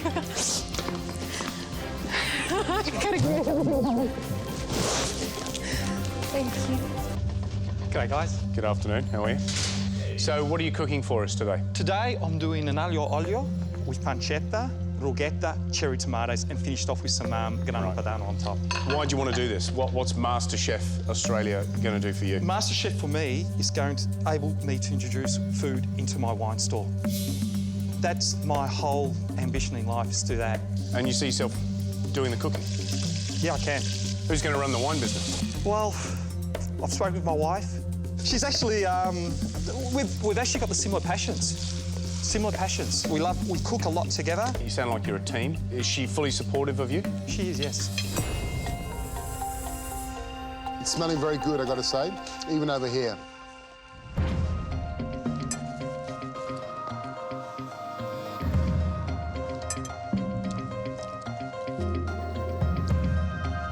I'd be happy in a little cafe eating that. No problem at all. Thank you. I'm just, you know, the wife, husband team, you know, it's, I'm not sure. Who really is the cook? Is she here today, by the way? She is, yeah. She is? Go and get her, go on, bring her in. What do you reckon? You reckon he's the cook or you reckon she's the cook? But it's him, he's the one that stuck his hand up in the air and said, oh, I want to do this. And will he be as good a cook without his wife around? Guys, this is my wife, Tamara. Tamara, nice to meet you. You too, nice to meet you. We're just trying to figure, maybe it's just my suspicious mind. It's a very, very simple dish. The two of you love to cook and to, you know, all the rest of it. We do. I know that food's always been his passion and it's actually both our passion, but at the end of the day, he's doing it for us, and if he was to succeed, maybe our dreams will come true. Tamara, do you want to just come over here so we can ask?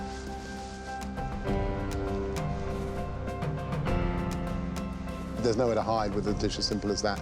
There's also a real shortage of properly cooked pasta, and that spaghetti alla carbonara is impeccably cooked. Well, I reckon it's a yes from me. I like the idea of it. I'm just not sure in terms of the depth of knowledge there, and also the, you know, your resilience and strength away from the family.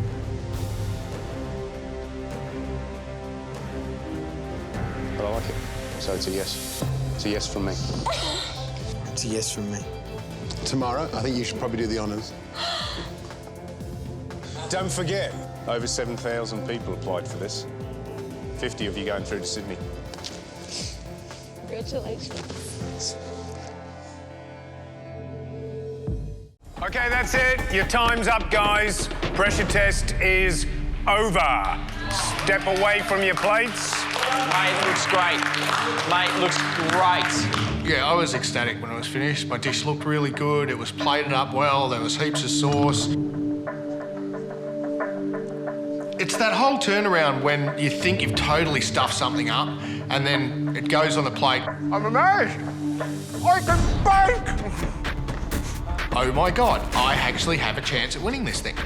So I go and have a quick look at Trev's and Tom's, and bloody hell, they both pulled it off. I mean, from an appearance point of view, this is going to be very close. Sam, Trevor and Tom, you've just made a sticky date pudding with a butterscotch sauce and an almond praline. In a moment, the judges will head to the restaurant and they will taste your dishes one by one. Now, they're not looking for a winner today, they're looking for the worst dish. If you made that dish, you'll be heading home immediately. The other two will remain in the competition, at least for now. Thank you, judges. I noticed that it's a little lopsided on the plate, but there's nothing I can do. I mean, it's already on the plate.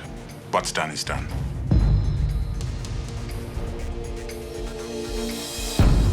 It's my turn to take my dish to the judges. I'm proud of what I've done. I just hope that they see that I've really pushed myself today.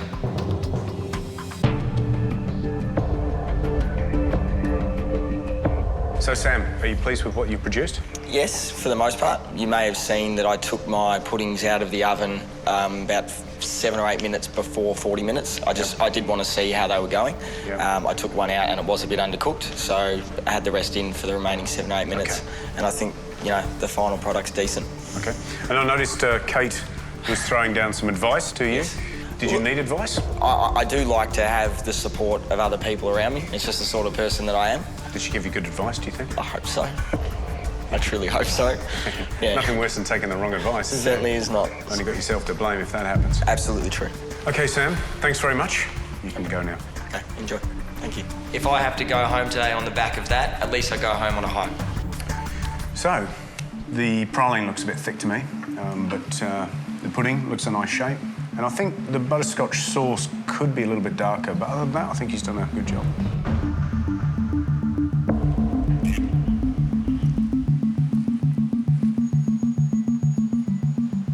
You know what, that's really nice. Sam's done a good job in terms of baking the pudding, I think. And he was probably right to put it back in the oven when he did.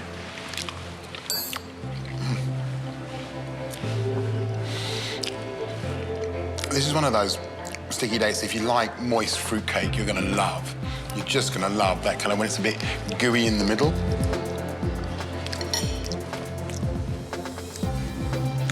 That's delicious. Butterscotch sauce is just like, wow, you just want to go back for more and sort of feel sick because you've had too much. And the pralines may be marginally thick, but what he has managed to achieve, besides that beautiful colour, is a little bit of bitterness from taking that caramel just to the point where it's starting to turn. So it isn't just a big chunk of sugar, it's got a little bit of tang to it.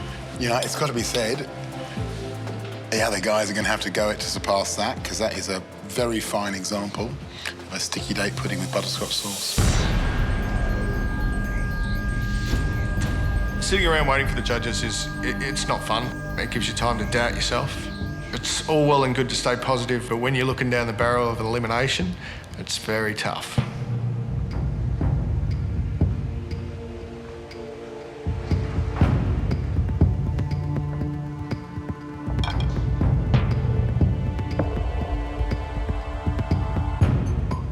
Trevor, how do you think you went? It tastes really nice. I think I did really well. I mean, there were a few teething problems. I screwed up when I used the brown sugar to make the praline.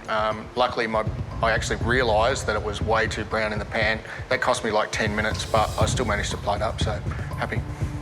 Would your wife be happy with that? I think she would. She would love it. Did you have a little trouble taking the pudding out of the mould? It's not something I've ever done before, so I did run a knife around it, but yeah. I don't think I did it, you know, as precisely as I probably should have. OK. Trevor, thank you. Thank you. I know I cooked a good dish today. I know I can cook. I know I deserve to be here. So I just hope the judges can see that.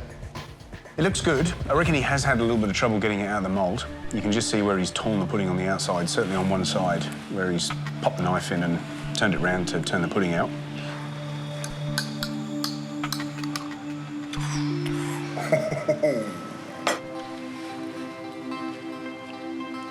Look, I can't pick between the two of them. So far, both of them are absolutely top-notch puddings.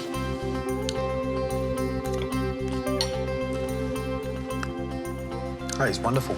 It's beautiful. The pudding's deep, it's rich. The caramel sauce has got this extra little bit of vibrance compared to the last one. Mate, they are delicious. That butterscotch sauce is... That's liquid gold.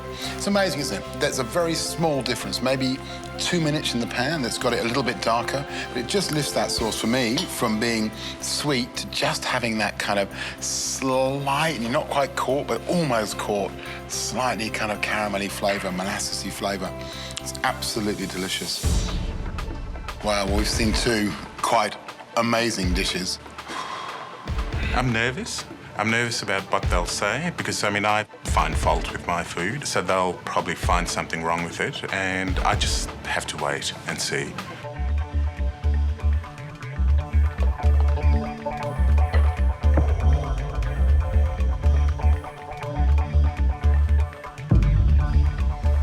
Tom, you were worried about the praline. How did that work out? I think it's a bit thick. I think if I had to do it again, I would have tried to make it thinner. Do you think that's a good enough dish to carry you through? I would hope so. I've seen the other two, and to be completely honest, I think it's going to be very close. I would like to think it's very close. Tom, thanks a lot. Thank you. I could be the one going home. I've accepted that, but I just have to wait and see.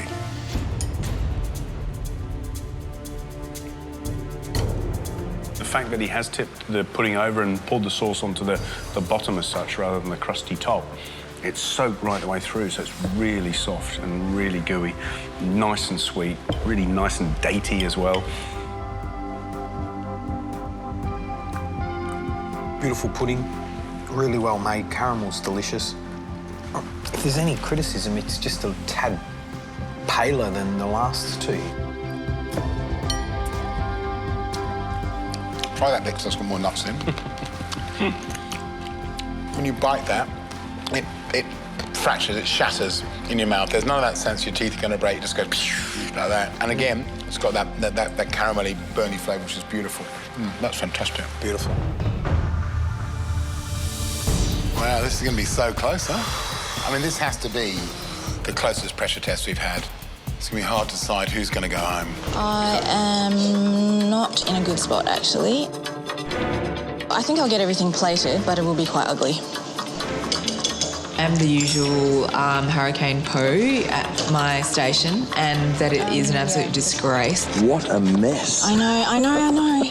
Huh? Don't even. I tell you what, I wish I had you in my kitchen for a day. Oh, so orak in there? Yep. So not in a traditional leaf? No. But steaming it boudin style? And this is the spice mix for the stink bean. I'm about to stir fry this, and I have to get my dessert in here steaming, so I have to stop. Hey, we'll get over your hair, Poe. Okay. I just can't believe the mess you've got here. I know. I'm sorry. It's unbelievable. I'm starting to realise that my little flaw of being messy is actually a massive flaw.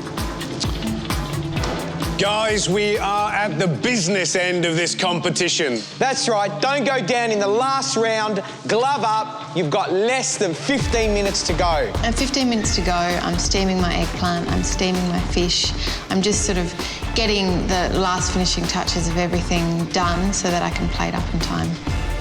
I can see the light at the end of the tunnel. I can see that I'm going to have things done, and I think I'm going to have enough time to plate things up really nicely.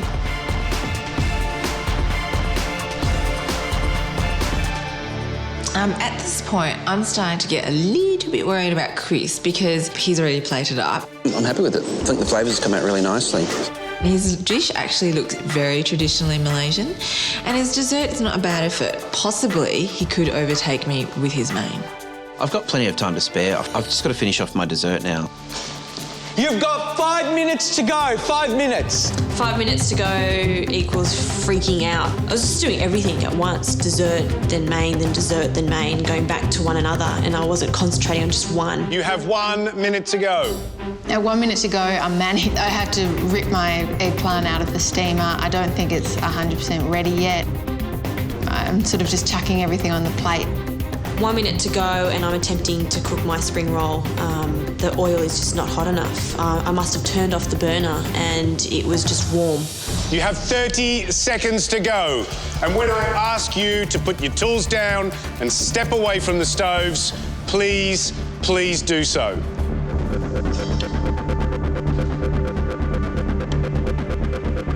Last 10 seconds, I'm just chucking, basically just sprinkling things and pouring things and just getting it all on the plate.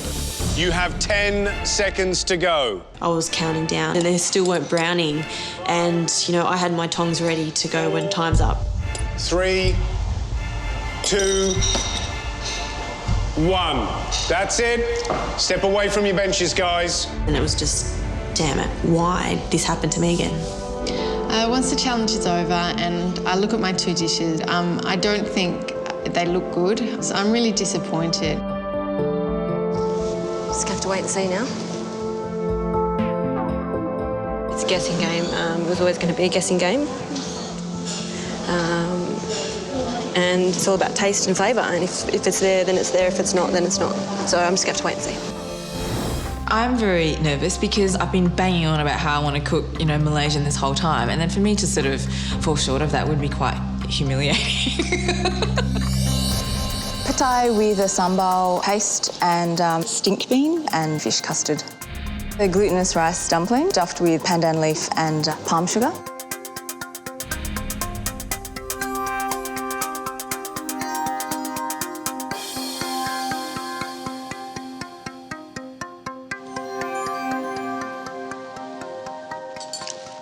That's beautiful. Lots of interesting flavours. It's just really fresh and vibrant. I love it. I love it. It's fantastic.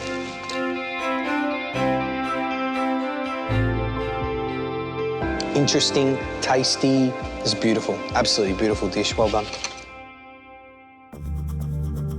Visually, doesn't really look appealing.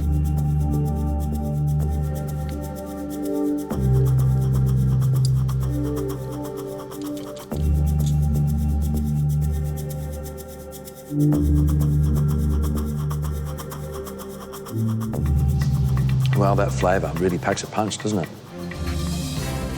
I'm quite happy to have another spoonful of that. Overall, pretty good. I think you outwitted them, outsmarted them, and you're probably here to stay for a little bit longer, I'd say. Cheers. Thanks, Matt. I was absolutely going to use this advantage to its fullest, and by picking Malaysian, I did do that.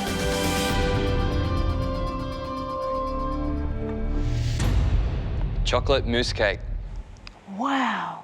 And there's an innocent little chocolate cake sitting there. Doesn't sound too intimidating, does it? Pretty.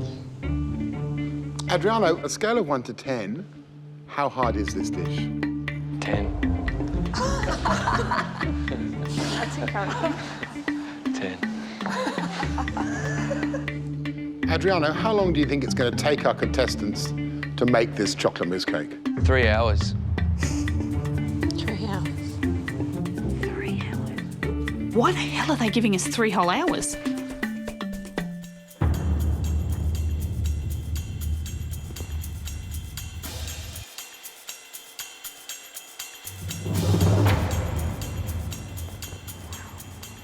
I understand what they were saying now, and I understand why the judges were going, you're in for a treat today. I'm still scared. I really am starting to suspect that my advantage is quite minimal. So on the bottom we have a cinnamon sablé, followed by, we have a layer of chocolate and blackberry mousse. On top of that we have 2 textured apples. We've got one flambé, one tartane. It's just layer upon layer upon layer of different textures and chocolates and caramels and apples and biscuits. And then sprayed with chocolate and cocoa butter. Shit. How are we going to do this?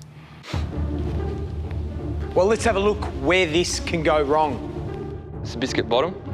You must not overmix it. Quite a few things can go wrong today. If you don't use cold butter, when you bake it, you get a lot of seepage of butter out.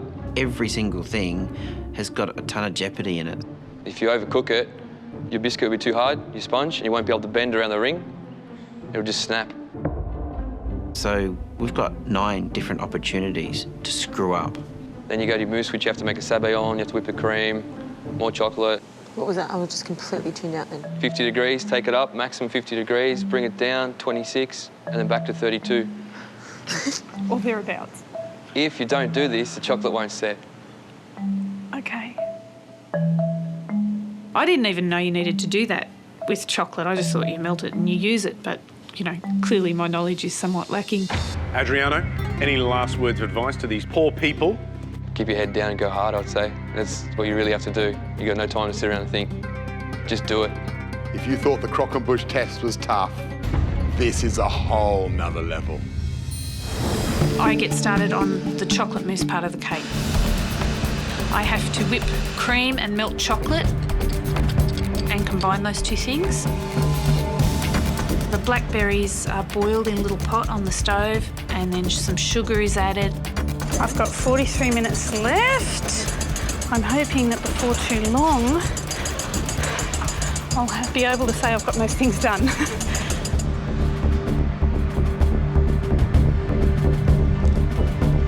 And now it's time to move on to the jacon.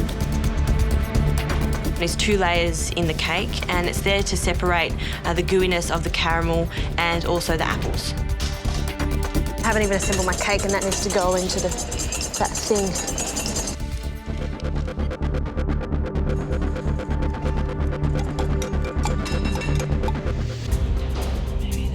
I then start pouring my mousse in, and that's when I realise it's very runny. It seems very watery, so I'm going to blast freeze it and it will set really quickly. Adriano actually said to us, the blast freezer is your friend, use it. I'm a little stressed because I just feel like I've got so much more to do and nothing's cool. Actually, they're all right. It's almost like a rough job. I don't have time to make sure that's perfect. Just do it. You have half an hour to go. If you're not assembling your cakes by now, you should be very, very worried. Half an hour's nuts. It'll be cutting it so close, it's not funny. That blast chiller better be really cold. So much going on. It's hard to get your head around. I'm putting my mousse in a mould. I'm going to freeze it and then put in the next layer so that it's nice and cold and the caramel. I think we all might be pushing it for time. I'm just starting my layers off now. So my mousse first. I think that's what I'm doing. I think I question a couple of times and look up to see where everyone's at and if I am falling behind. And I feel like Julie's just going great guns. I've put it into the freezer. I go back to my bench. And what do I see? The decorative Giconde. Oh, no!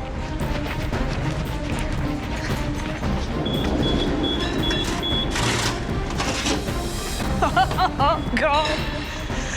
It's great when other people fluster and mess up. It means they're slowing them down. Where's the Giconde? No, that's what she's screaming at. Yeah. I didn't put my thingy on the side. The Giconde sponge is, the decorative one goes around the outside. Julie, you forgot the Giconde. Yes! Oh. I can start again. No, don't start again. You've only got 25 minutes to go. You've got to be kidding. Rightio. Go! That's a lesson to everybody else. Don't forget the Giconde, yeah? Oh. If somebody messes up, you know, it's music to your ears.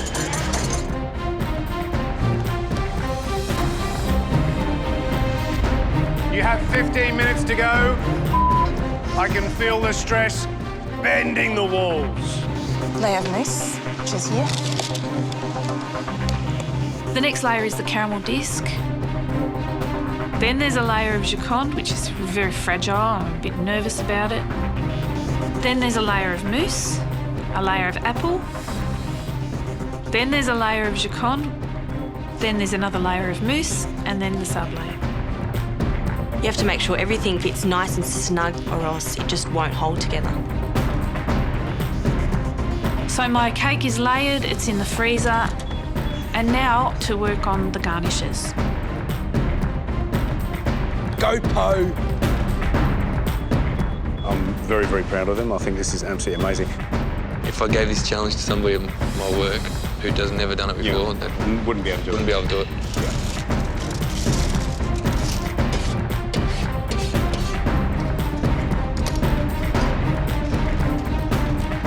As I put it onto the bench to unmould it, I have my first real moment of fear. I'm about to unmould my cake. I'm absolutely terrified right now. Please, please, please. I'm gonna serve this cake with a mole around it. This is not good. You have 5 minutes to go. Everybody is scrambling like lunatics to get their cakes done. Oh, It's not set. I had so little time left. I'd turned my cake over. It was a total disaster. All the dimples were just horrible craters of mess. A bit ugly. My head just caved in and I just kind of gave up at the end. I've got to heat the mould. If I got to get this off, it's chocolate. I need to melt something around it so it comes off nicely. So I get a little blowtorch.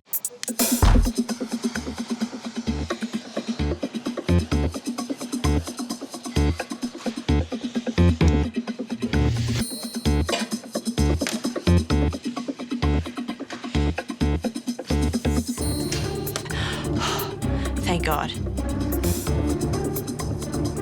I know that I'm the first person to spray because I haven't heard anybody else's spray guns going.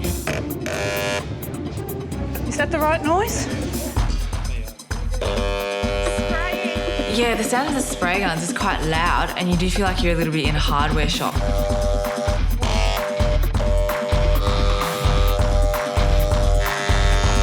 And I just spray the hell out of that cake. You have 2 minutes to go. It's ridiculous. Keep going. Come on, guys. Yeah, it was absolute chaos.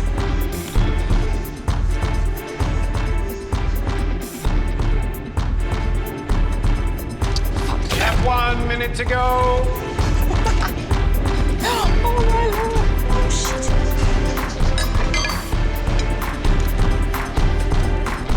Ten seconds. 3,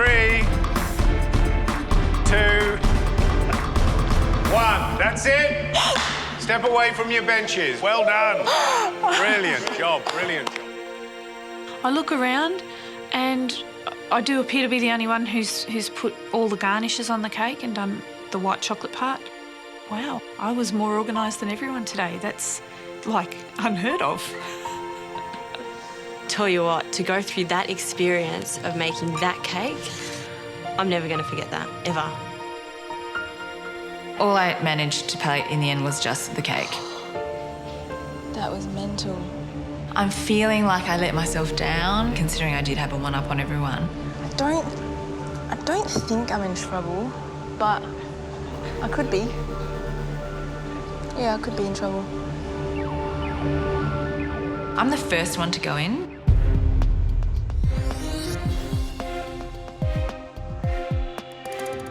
And when I plonk the cake down in front of them, I kind of have a little bit of a nervous giggle. Because it looks hideous. And when I cut into it, the caramel is very sticky. I was just mashing the cake so much that when it got to Gary, it was just not even recognisable as a slice of cake. Thank you. Thank you. You can leave us to taste. Okay.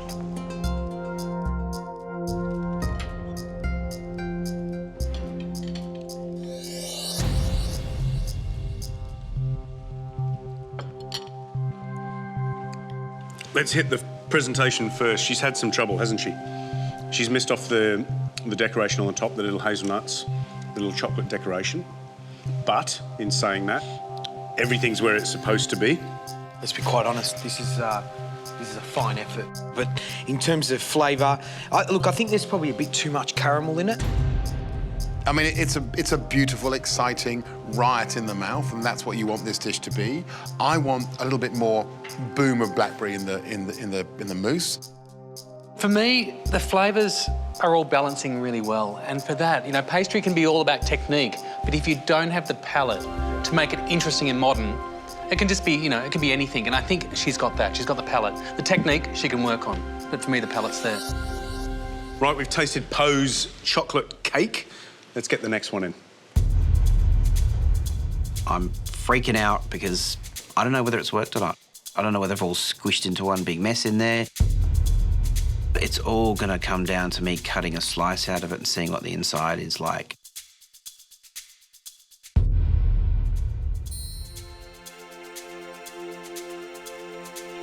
I'm over the moon. It's just perfect inside. Looking good so far, Chris. Nice layers, beautiful.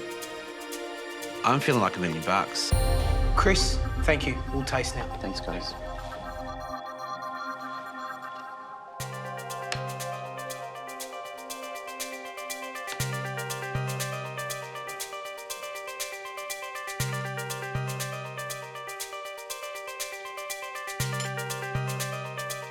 I think he's done a really good job. 100%. It looks spectacular. And the thing that I got on this one was these little pops of salt in the caramel. Overall, the flavours are incredible. That salt, it's incredibly subtle, and it doesn't overpower the chocolate, which is really, really important. It's a bit like having Pop Rocks. Remember we had Pop Rocks as a kid? And you put in your hair, and you lick them, and you go... And it's the same thing, but it's using salt on that basis. That's exhilarating. So well done on Chris, but let's taste the next one.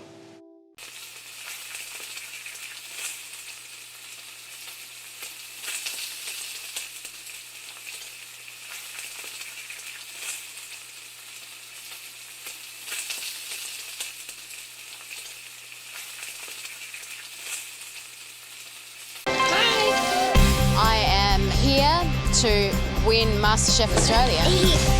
I've got to try this. I'm not saying I'm going to win this. This is way out of my comfort zone. Thankfully, first up to face the judges was somebody who wasn't lacking in confidence. I'm James. I'm 47 years of age. I'm here because I've been given a gift, and that's to create. I know how to make your taste buds shake. Let's go, mate. Are you a flamboyant cook? Absolutely, yeah, it's got to be first class. I'm just zip-zap in the kitchen. Yeah. High energy? Yeah, full on. I'm doing blue swimmer, chili crab. I invented the dish myself, and it's such an incredible dish, and an incredible chef will just recognise it. So, there we go. So James is ready to face the judges, but are the judges ready to face James? I'm going to show you today what South Australia's got to offer. I steamed the crabs and I made a broth out of the shells. Yeah, so roast them off, or did you? No, not roast them off, just boil the crap out of them. Yeah, OK. You know? Quick taste, got any lemon juice or anything going in there, or no? All natural. If you start throwing lemons and... So you're telling me crab and lemon doesn't go? You can put it on after, but not while you're cooking it. Why are you here? What do you want to be? What's the plan? I'm here because I'm good at what I do. And I rarely make the stuff up. In fact, I don't even make the stuff up. Everything I make and create is sensational. You know, just got to reduce it. Matty over there, he's looking at me and he's thinking, what's this guy up to? Yeah. Hey? Well, I'm trying to work out how much there is coming out of your mouth. And I'm a good spinner. There's no doubt about it because I'm professional. But I'll tell you what, when I do say something, it's fair dinkum. I'll give you the best, and that's the way I am. Yep. Yeah. OK. So, nearly there?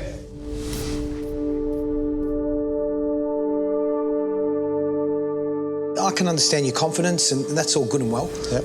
But there's a bucket load of experience over there between all of us, and it's actually nice just to stop and listen. OK. Yeah. I'm not enthusiastic about it. I'm sorry about that. Yep.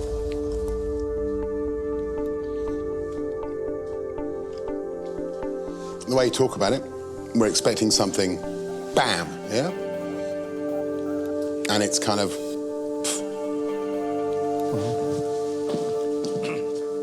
Good, James. I'm sure you're great, fun guy, and that's great. But the big noting, if you're going to big note yourself, you better be bloody good. So it's a no from me. Thanks very much. It's a no from me. It's a no from me. This isn't the South Australia the judges were hoping for. Perth is off and cooking, except for one. Drama, I've left my pot behind. I will somehow find a pot. No pot, no chance for Lei Ho. I have everything else but pots. Finally, Lei Ho catches a lucky break from a good Samaritan. All right, I've got it. I'm going to win. So what I'll be eating would be a combination of flavours, Australian bush spices such as lemon myrtle, mixed with Oriental-style mushroom, fungus and gnocchi. It's going to turn out right. It'll be great.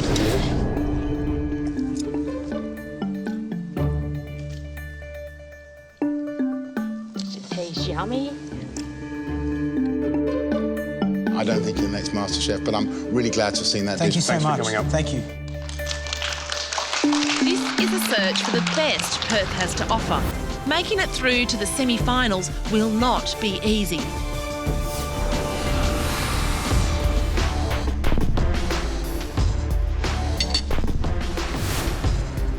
Sorry. Way too much garlic. Those aren't restaurant quality. I really don't want to insult it, but it just looks really pale and unappealing. Did you taste that before you put that on the plate? No, I haven't. No. You have to taste everything. That sauce is vile. I'm not going any further. I just can't bring myself to eat it. It's a no for MasterChef. It's tough, but only the chosen few are going to go through, and I'm losing hope. I've seen What's one going so on, far. Perth? Give What's me something. happening? Yeah. Give me something.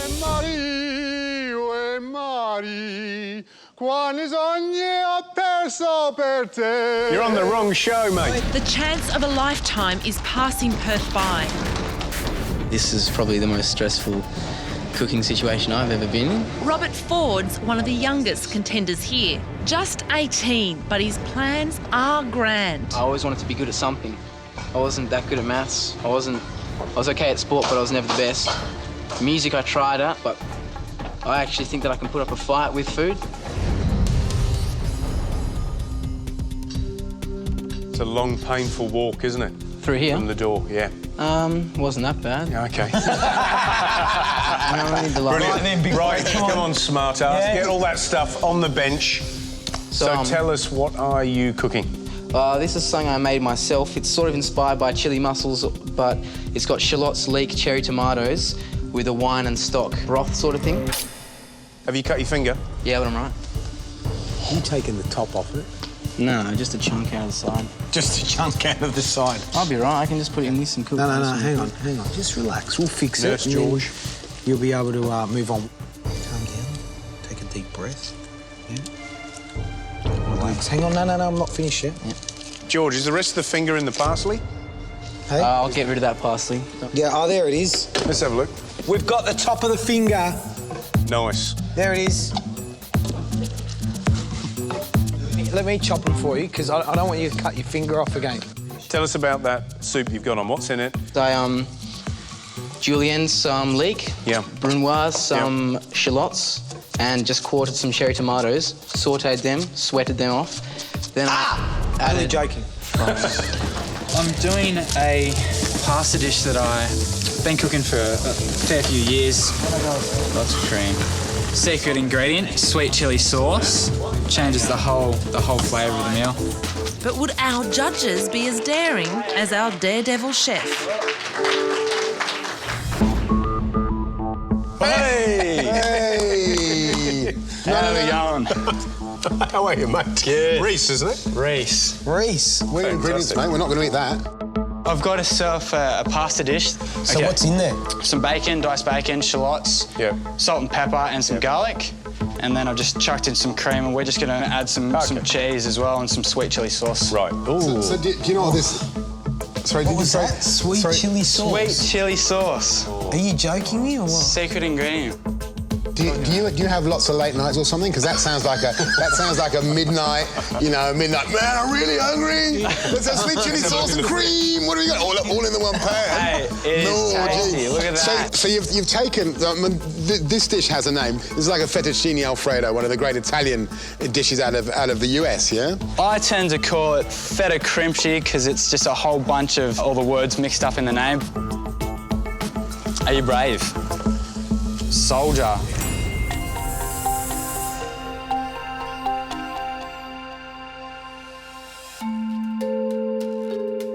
Go on, son.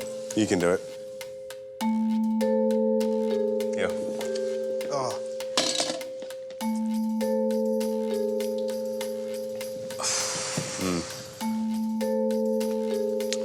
It's beautifully overcooked pasta with loads of cream. Loads of cream. Did I mention lots of cream? No, I reckon loads of cream. It needs more cream. But so, I'd give you 3 for effort. And 1, and that's being generous on the flavour. 1 for... One for flavour.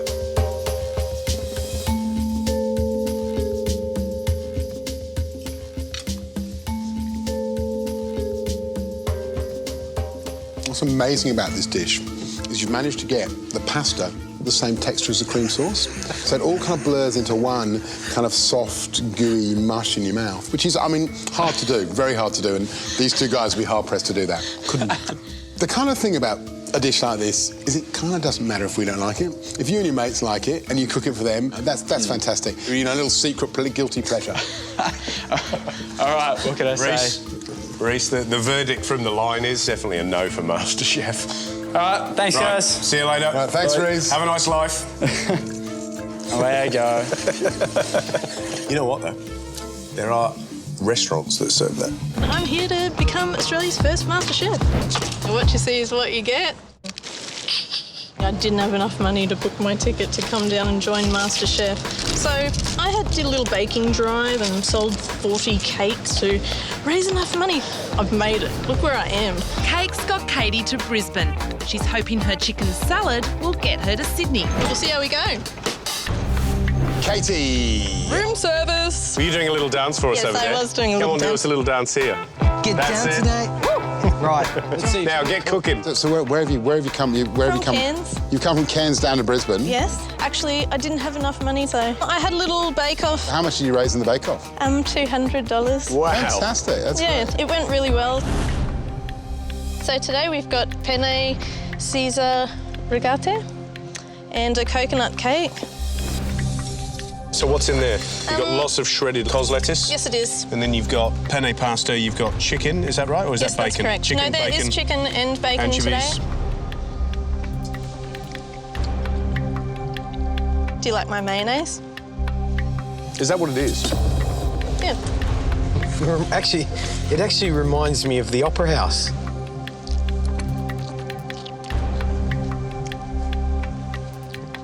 Amazing. Oh, thanks. Thank you so much for bringing your personality down from Cairns. Thank you. It always makes food taste much better when it's served by someone who actually gives something of themselves. Thank you. I feel the pressure. But that's mean, okay. isn't it? Do you want the verdict? Sure. I'll be honest with you, the salad doesn't appeal to my taste at all. I mean, there's too much lettuce, cold pasta, it's overcooked, really strong mustard flavour, and it doesn't work so good. So, thanks very much, but no. Oh, thanks very much. Thanks very much, but it's a no from me. Thank you. Look, I really like that coconut cake. Go back and start yourself a baking business because you've obviously got great touch with baking, and that if you can sell $200 worth of cakes to get down here, you should be able to keep that going as business. Very admirable. But it's Thanks fantastic very stuff, much. and thank you so much for coming in. I've had housemates that tend to bring home bits of roadkill, and it's usually me that gets to cook it. So they said you should go down and try and cook real food for a change. So here I am. Nick Wilkerman has made his first ever trip to the city. He's here to show off his bush cooking skills. I work as an adventure guide, so I do a lot of rock climbing and hiking work, all that kind of thing. And so a lot of my cooking is done on fires or in camp ovens, on little stoves. So this is all a bit foreign, just going from that kind of thing to the fine dining. What are you cooking today then? Cooking a chicken jolly. It's a big piece of breast chicken, I suppose. I like the actress, that's the only parallel I can draw. Did come from a supermarket, this one, I'm happy to say. All right. Now, are you ready to put a few of those things on your trolley? Yep.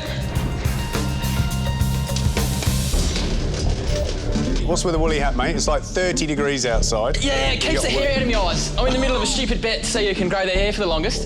So what have you got? It's called a chicken jolly, named after the actress. Chicken jolly. Yeah, it's chicken breast. It's infused with white wine and it's served with fettuccine, parmesan, avocado and almonds.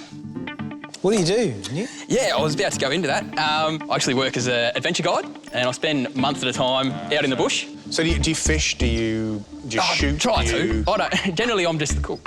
But just like these guys, they cook and they send people out to go and get that's stuff. right. Yeah, That's a good idea. Yeah, Good way to happen. So if you're cooking, where else do you get your ingredients from?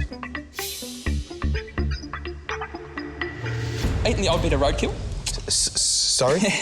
Eating the odd bit of kangaroo that's been retrieved from the side of a road. I'm eternally suspicious now of anything that you cook. You're the food critic. You guys can have a rock off if you like. I won't be Do we rock off? Actually, paper, rock, scissors it. Do you want it? Ready? Gary! Oh. Enjoy. Oh, hang on. Oh, no! Oh, that must have been on the chicken. No! Record-breaking hair? Oh! What's that? The thought of eating your hair has really put me off. But thanks for having a go. Thank you, mate. Pleasure, thank you. Anybody got a question? You're all good? Said one dish, I see 2 plates. What do you mean? There's a plate here and a plate here. Can you do 2 dishes? Would you plate up food on the plate that raw pork's been on? There's soap and water underneath the Is bottom. it hot, soapy water? Don't ask silly questions, yeah? No. One dish. Chilli. Can be entree or main. Can be anything you want.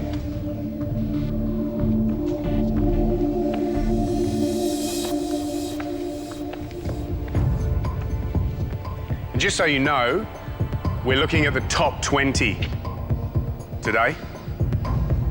And based on this challenge and everything else that you've done this week, that's how we, as judges, will make the decision. This is the most important dish you'll ever cook in your life. Cook like the world's watching. Cook like no one's watching. Make it happen. This is it. Okay, good luck, everybody. Your 30 minutes starts now.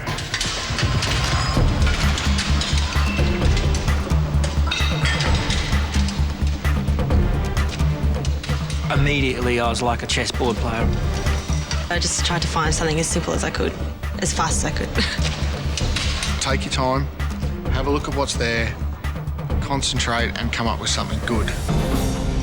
Gary, I've done some wacky shit in my time, right? I'm not going to say I haven't. All right, I've cooked some weird stuff, but can I tell you, pork and chocolate and croutons, it's a fine Becky, line, isn't it? What's that all about? Look, we've got a few desserts. There's a few people taking a chance. Eggy bread, some people... Eggy bread, yeah. And that's our vegetarian, isn't it? You know, she's decided to do something different.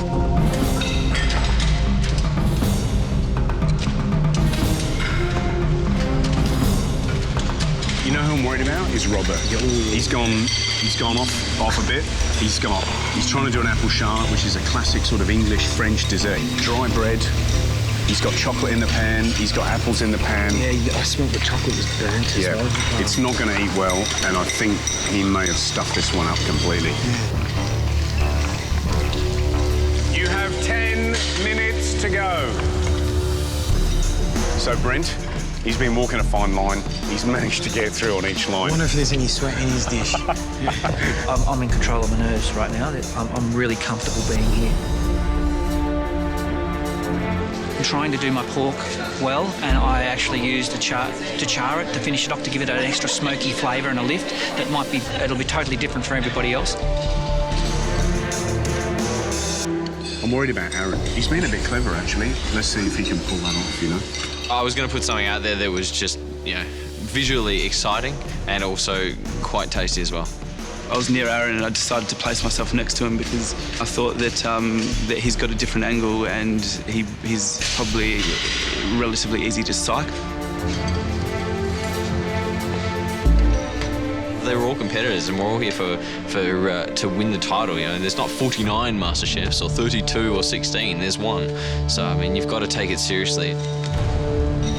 5, 4, 3, 2, 1. That's it, guys. Tools down. Put your pans down. Leave your plates alone. Time's up. Well done.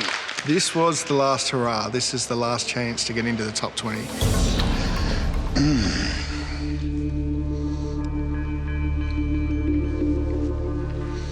So on the menu, that's going to read pork sandwich with chocolate, is it? No, pork medallions. So pork medallions with chocolate. I came up with this because I imagine the flavours. I don't eat pork regularly, but I have had it. And I imagined like the nice velvety dark chocolate with the white meat would have gone quite well. I've got a good imagination. That's still a bit sweet, and so you do get that sense of like biting into picking a chocolate out of your selection box, and it's not filled with orange cream, and it's filled with crunchy That pork. doesn't take your fancy to like pick a pork chocolate out of the box. Let me think about that for about half a second and go, no, probably not. If we were sitting in a restaurant and that comes up, there would be 1 in 100 diners who would go, "You are a genius." But there'd be about 85 diners who'd run screaming from the door, going, "Oh my God, I can't get it," because it's quite a radical idea.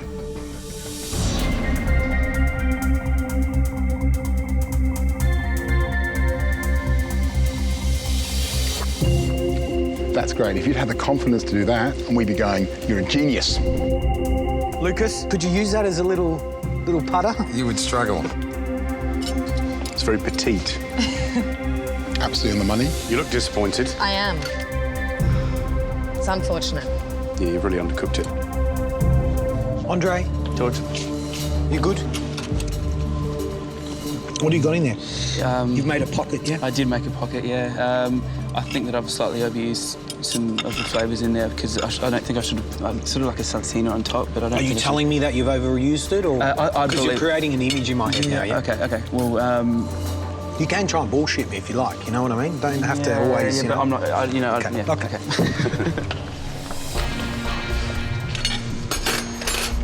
How do you think it compares to Andre's next door? Very different, two different Yeah, dishes? it's a different dish. I mean, if I had to compare it, I'd say this is a more sort of French traditional style, something like classic pairings as opposed to an Italian-themed dish. It was a bit interesting. I mean, I've never really been in that situation, and you're also careful. You don't want to tread on his toes and say, oh, yeah, his dish was crap. Yeah, what do you think, Andre? That looks dry. But it isn't dry, you know, it's not bad. Yeah. Andre thought it was dry and probably got put back in his place by Gary, who said no, it was very moist. Robert, how you feeling? I'm pretty nervous, actually. So what have you done, mate?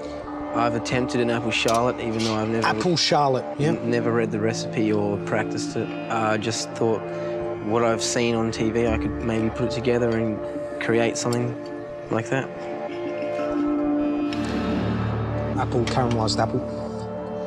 I thought, you know, may as well take a risk. I thought everyone else would be doing the pork. I just thought I'd go for it. They're all pretty speechless. I got the shortest review out of anyone there, I think. Do you think it was a wise thing to do? Just absolutely devastated that I've been so stupid. I want to prove to myself that I can pursue things if my heart really lies there, you know.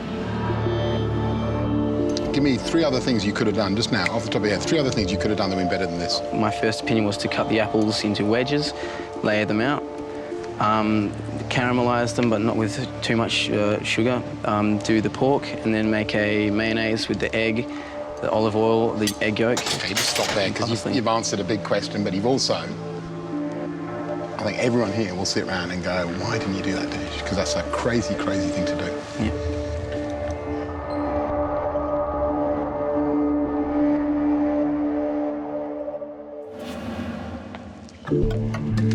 Brent.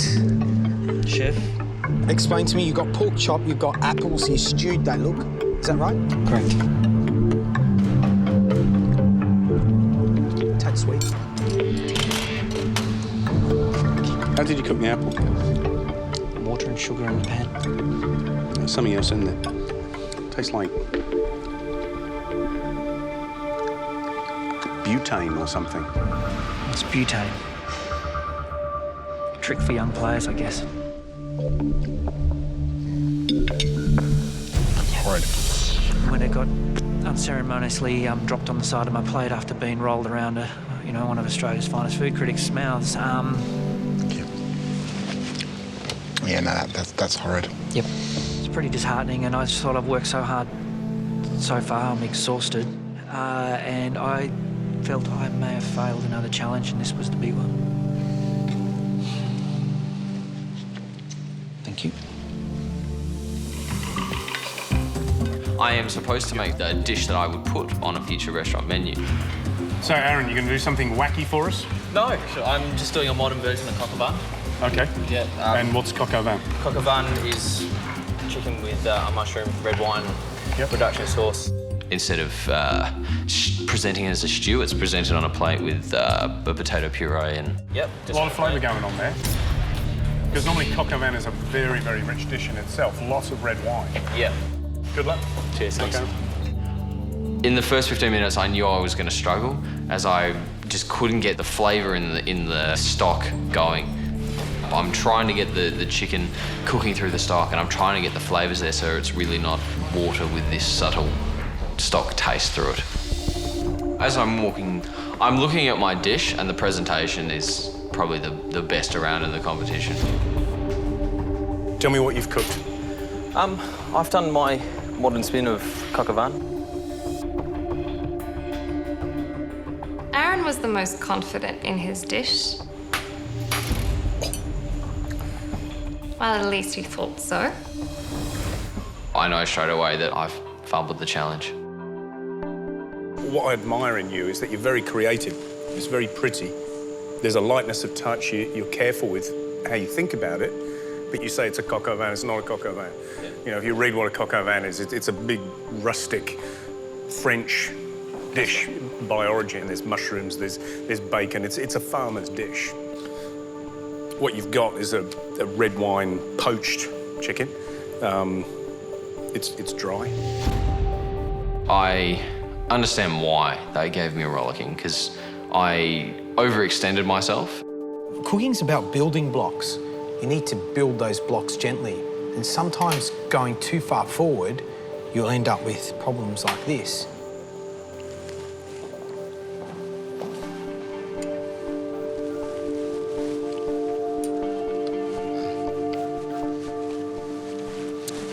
That doesn't deliver, that doesn't deliver, that doesn't deliver, that doesn't deliver. It looks nice, but we don't eat food for looks, yeah? So that's a miss for me. I just couldn't keep up with the time that was going on, and for that my dish suffered quite badly.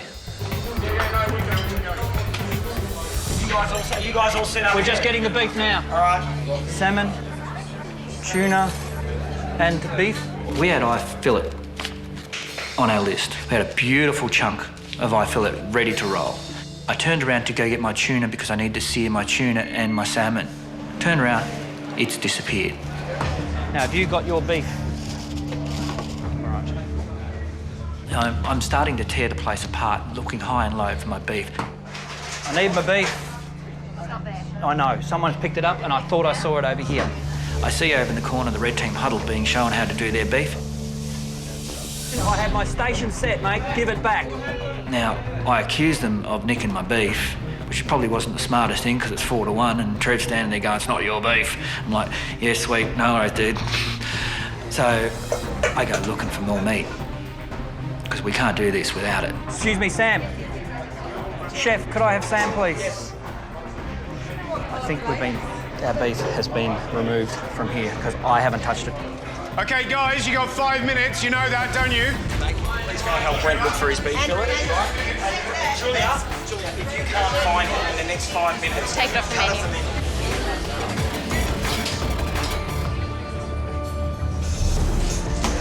Has any of you guys seen our beef?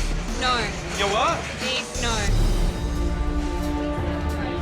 Sammy, beef is off the menu. Beef's off the menu? Yep. Julia, can you please go to speak to Lucas and Josh? And tell them that, yep. Yep. I feel responsible for the beef goes missing because, you know, I'm responsible for the whole performance of the team. Beef's off the menu? Has to be. Why is that? What happened? We have misplaced our beef fillet. Okay. So you don't know where it's gone? Got no idea where it's gone. I know it was on our tray when we brought it downstairs. You know, in a situation like this, if you haven't got it, you can't serve it to the customer. Don't even offer it to them. Time for service was about to come up, so put our trust in one another to deliver and win.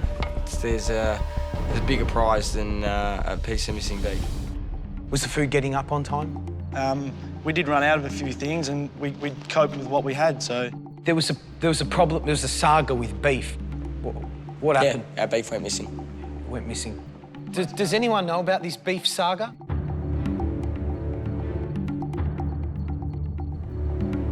I'm stepping up to this because I actually took the beef.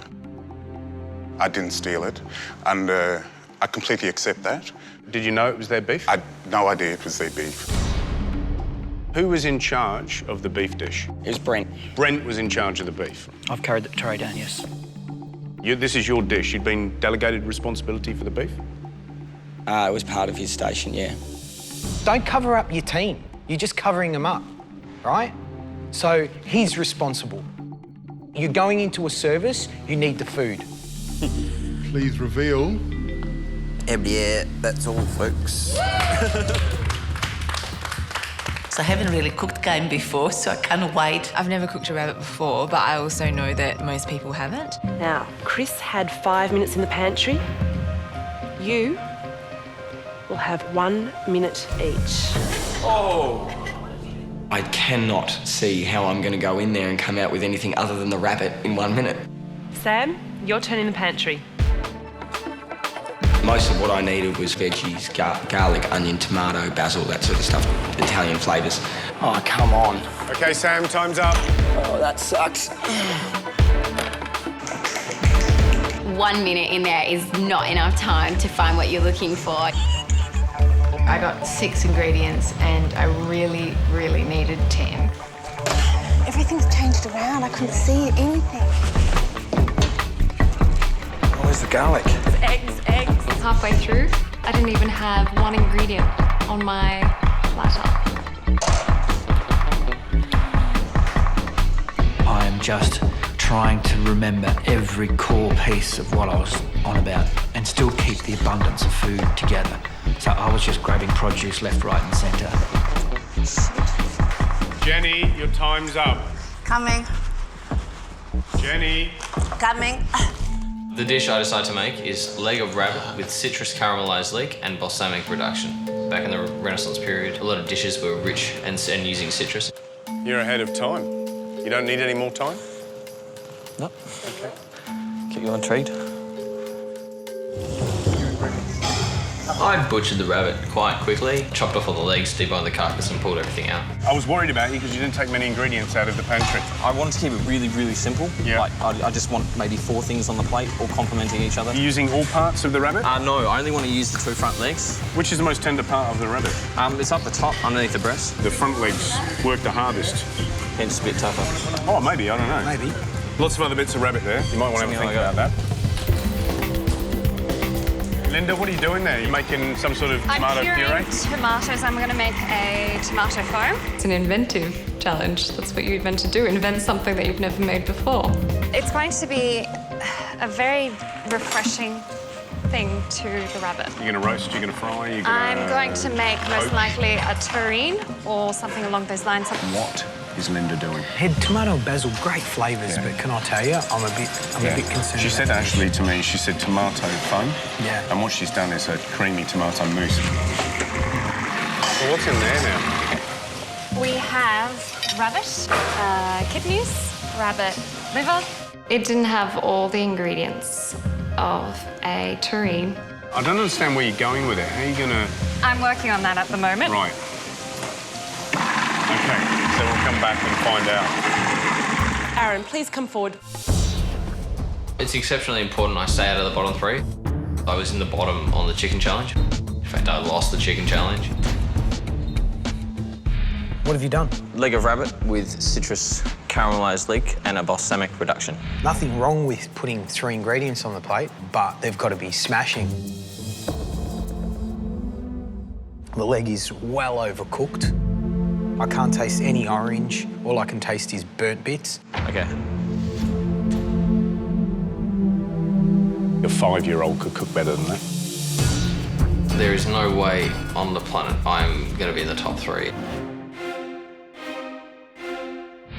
We have a trancha of rabbit with pesto crumbs and a tomato foam.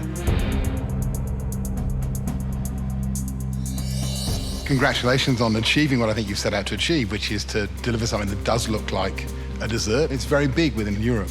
For the joke to really work, it has to taste delicious.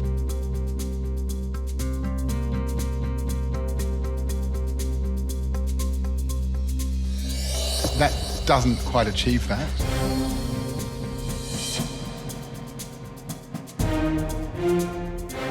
That is horrible. When someone mentions that your food is horrible, you definitely know you're in the bottom 3. Michelle. Yes. You did want mushrooms, didn't you? Well, I thought it's a change for me. So what are you cooking for us? So I'm just doing marinated tofu with shiitake mushroom. Yep. With some ginger rice and braised bok choy. All right, best of luck. Thank you. When they come to my station, they nod their head and they walk off. I hope they're enjoying the flavours, I don't like no comment, I'd prefer something.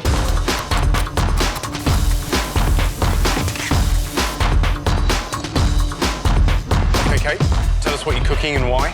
Stir-fried mushrooms with vegetables and rice noodles. And what sauces did you pick? I've got soy sauce and oyster sauce. Familiar with those or not? I don't eat Chinese food. You don't eat Chinese food? I don't. Everybody eats Chinese food. So do you cook Chinese food at all for anybody? No. You don't? I've cooked Thai before. I don't cook Chinese. Yeah, you can't rely on those desserts all the time, you know that. I know. Good? I'm really worried about being in the bottom 3 today. This is definitely outside of my comfort zone, and I think that there's probably a lot more people here that understand these flavours better than I do today, so I'm seriously worried at the moment. OK, guys, you've got 30 minutes to go. Half an hour left to go. I'm contemplating just doing a different dish because this is not good. Right, Sam. Yes. Tell us what you're cooking. Rice paper rolls served 2 ways. There's fresh rice paper rolls, which have bamboo shoot, carrot, spring onion, tofu, and shiitake mushrooms. And then I'm also going with the same mixture. I'm going to deep fry them as well. So you're going to get the fresh way and then the cooked way. Any sort of dipping sauce or anything that Yes, you're going to just get a ginger, sesame oil, and dark soy dipping sauce. OK. All right. Best luck, Sam. Thanks. I think I might have chosen the wrong dish. It's a tasty dish. I've made it as pretty as possible. I hope it's enough for the judges today. Tell me what you've got. Marinated tofu with a duo of mushrooms, baby bok choy, and ginger rice.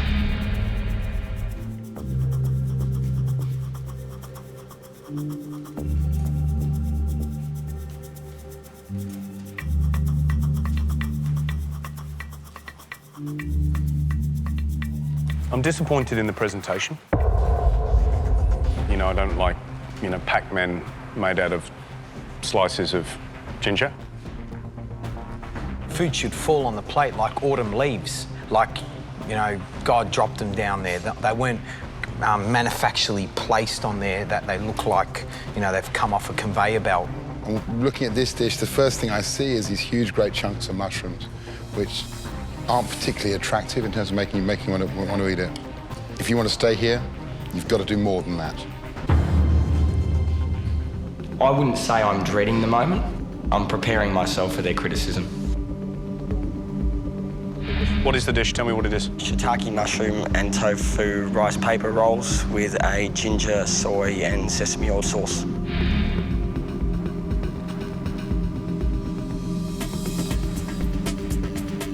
When you first bring the dish up, it looks nice. It looks nice and fresh, but there's nothing in there that makes me want to go for a second bite. And that is not one of those dipping sauces that you want to keep dunking back into. And it has to be at this stage of the competition. Sam, an hour to make these? You've got some talent, and that's a shocking dish.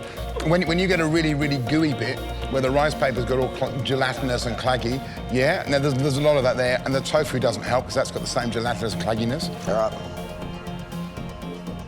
I reckon you're probably in amongst the worst dishes I've tried today with that. Walked away from that thinking, I've taken a massive step backwards in this competition. The next dish to be tasted belongs to Kate.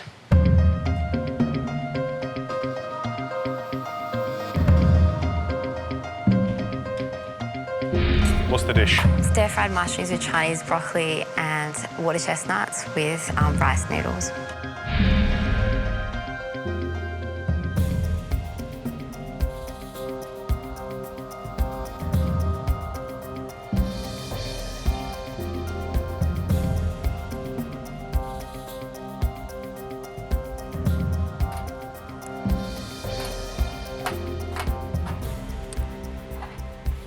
I'll tell you straight,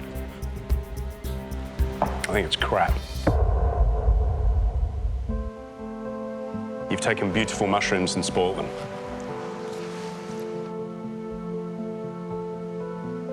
What does food mean to you? I just gave up my 4th year of law school to come here, so... Look at the dish, go back to your station, taste it, work out what you would have done better, and tonight, go home and read every Chinese cookbook you can to get an understanding of what those flavours are. I've never been told in my life that anything I've done before is crap. I've never felt like so much of a failure in my life than I did at that point.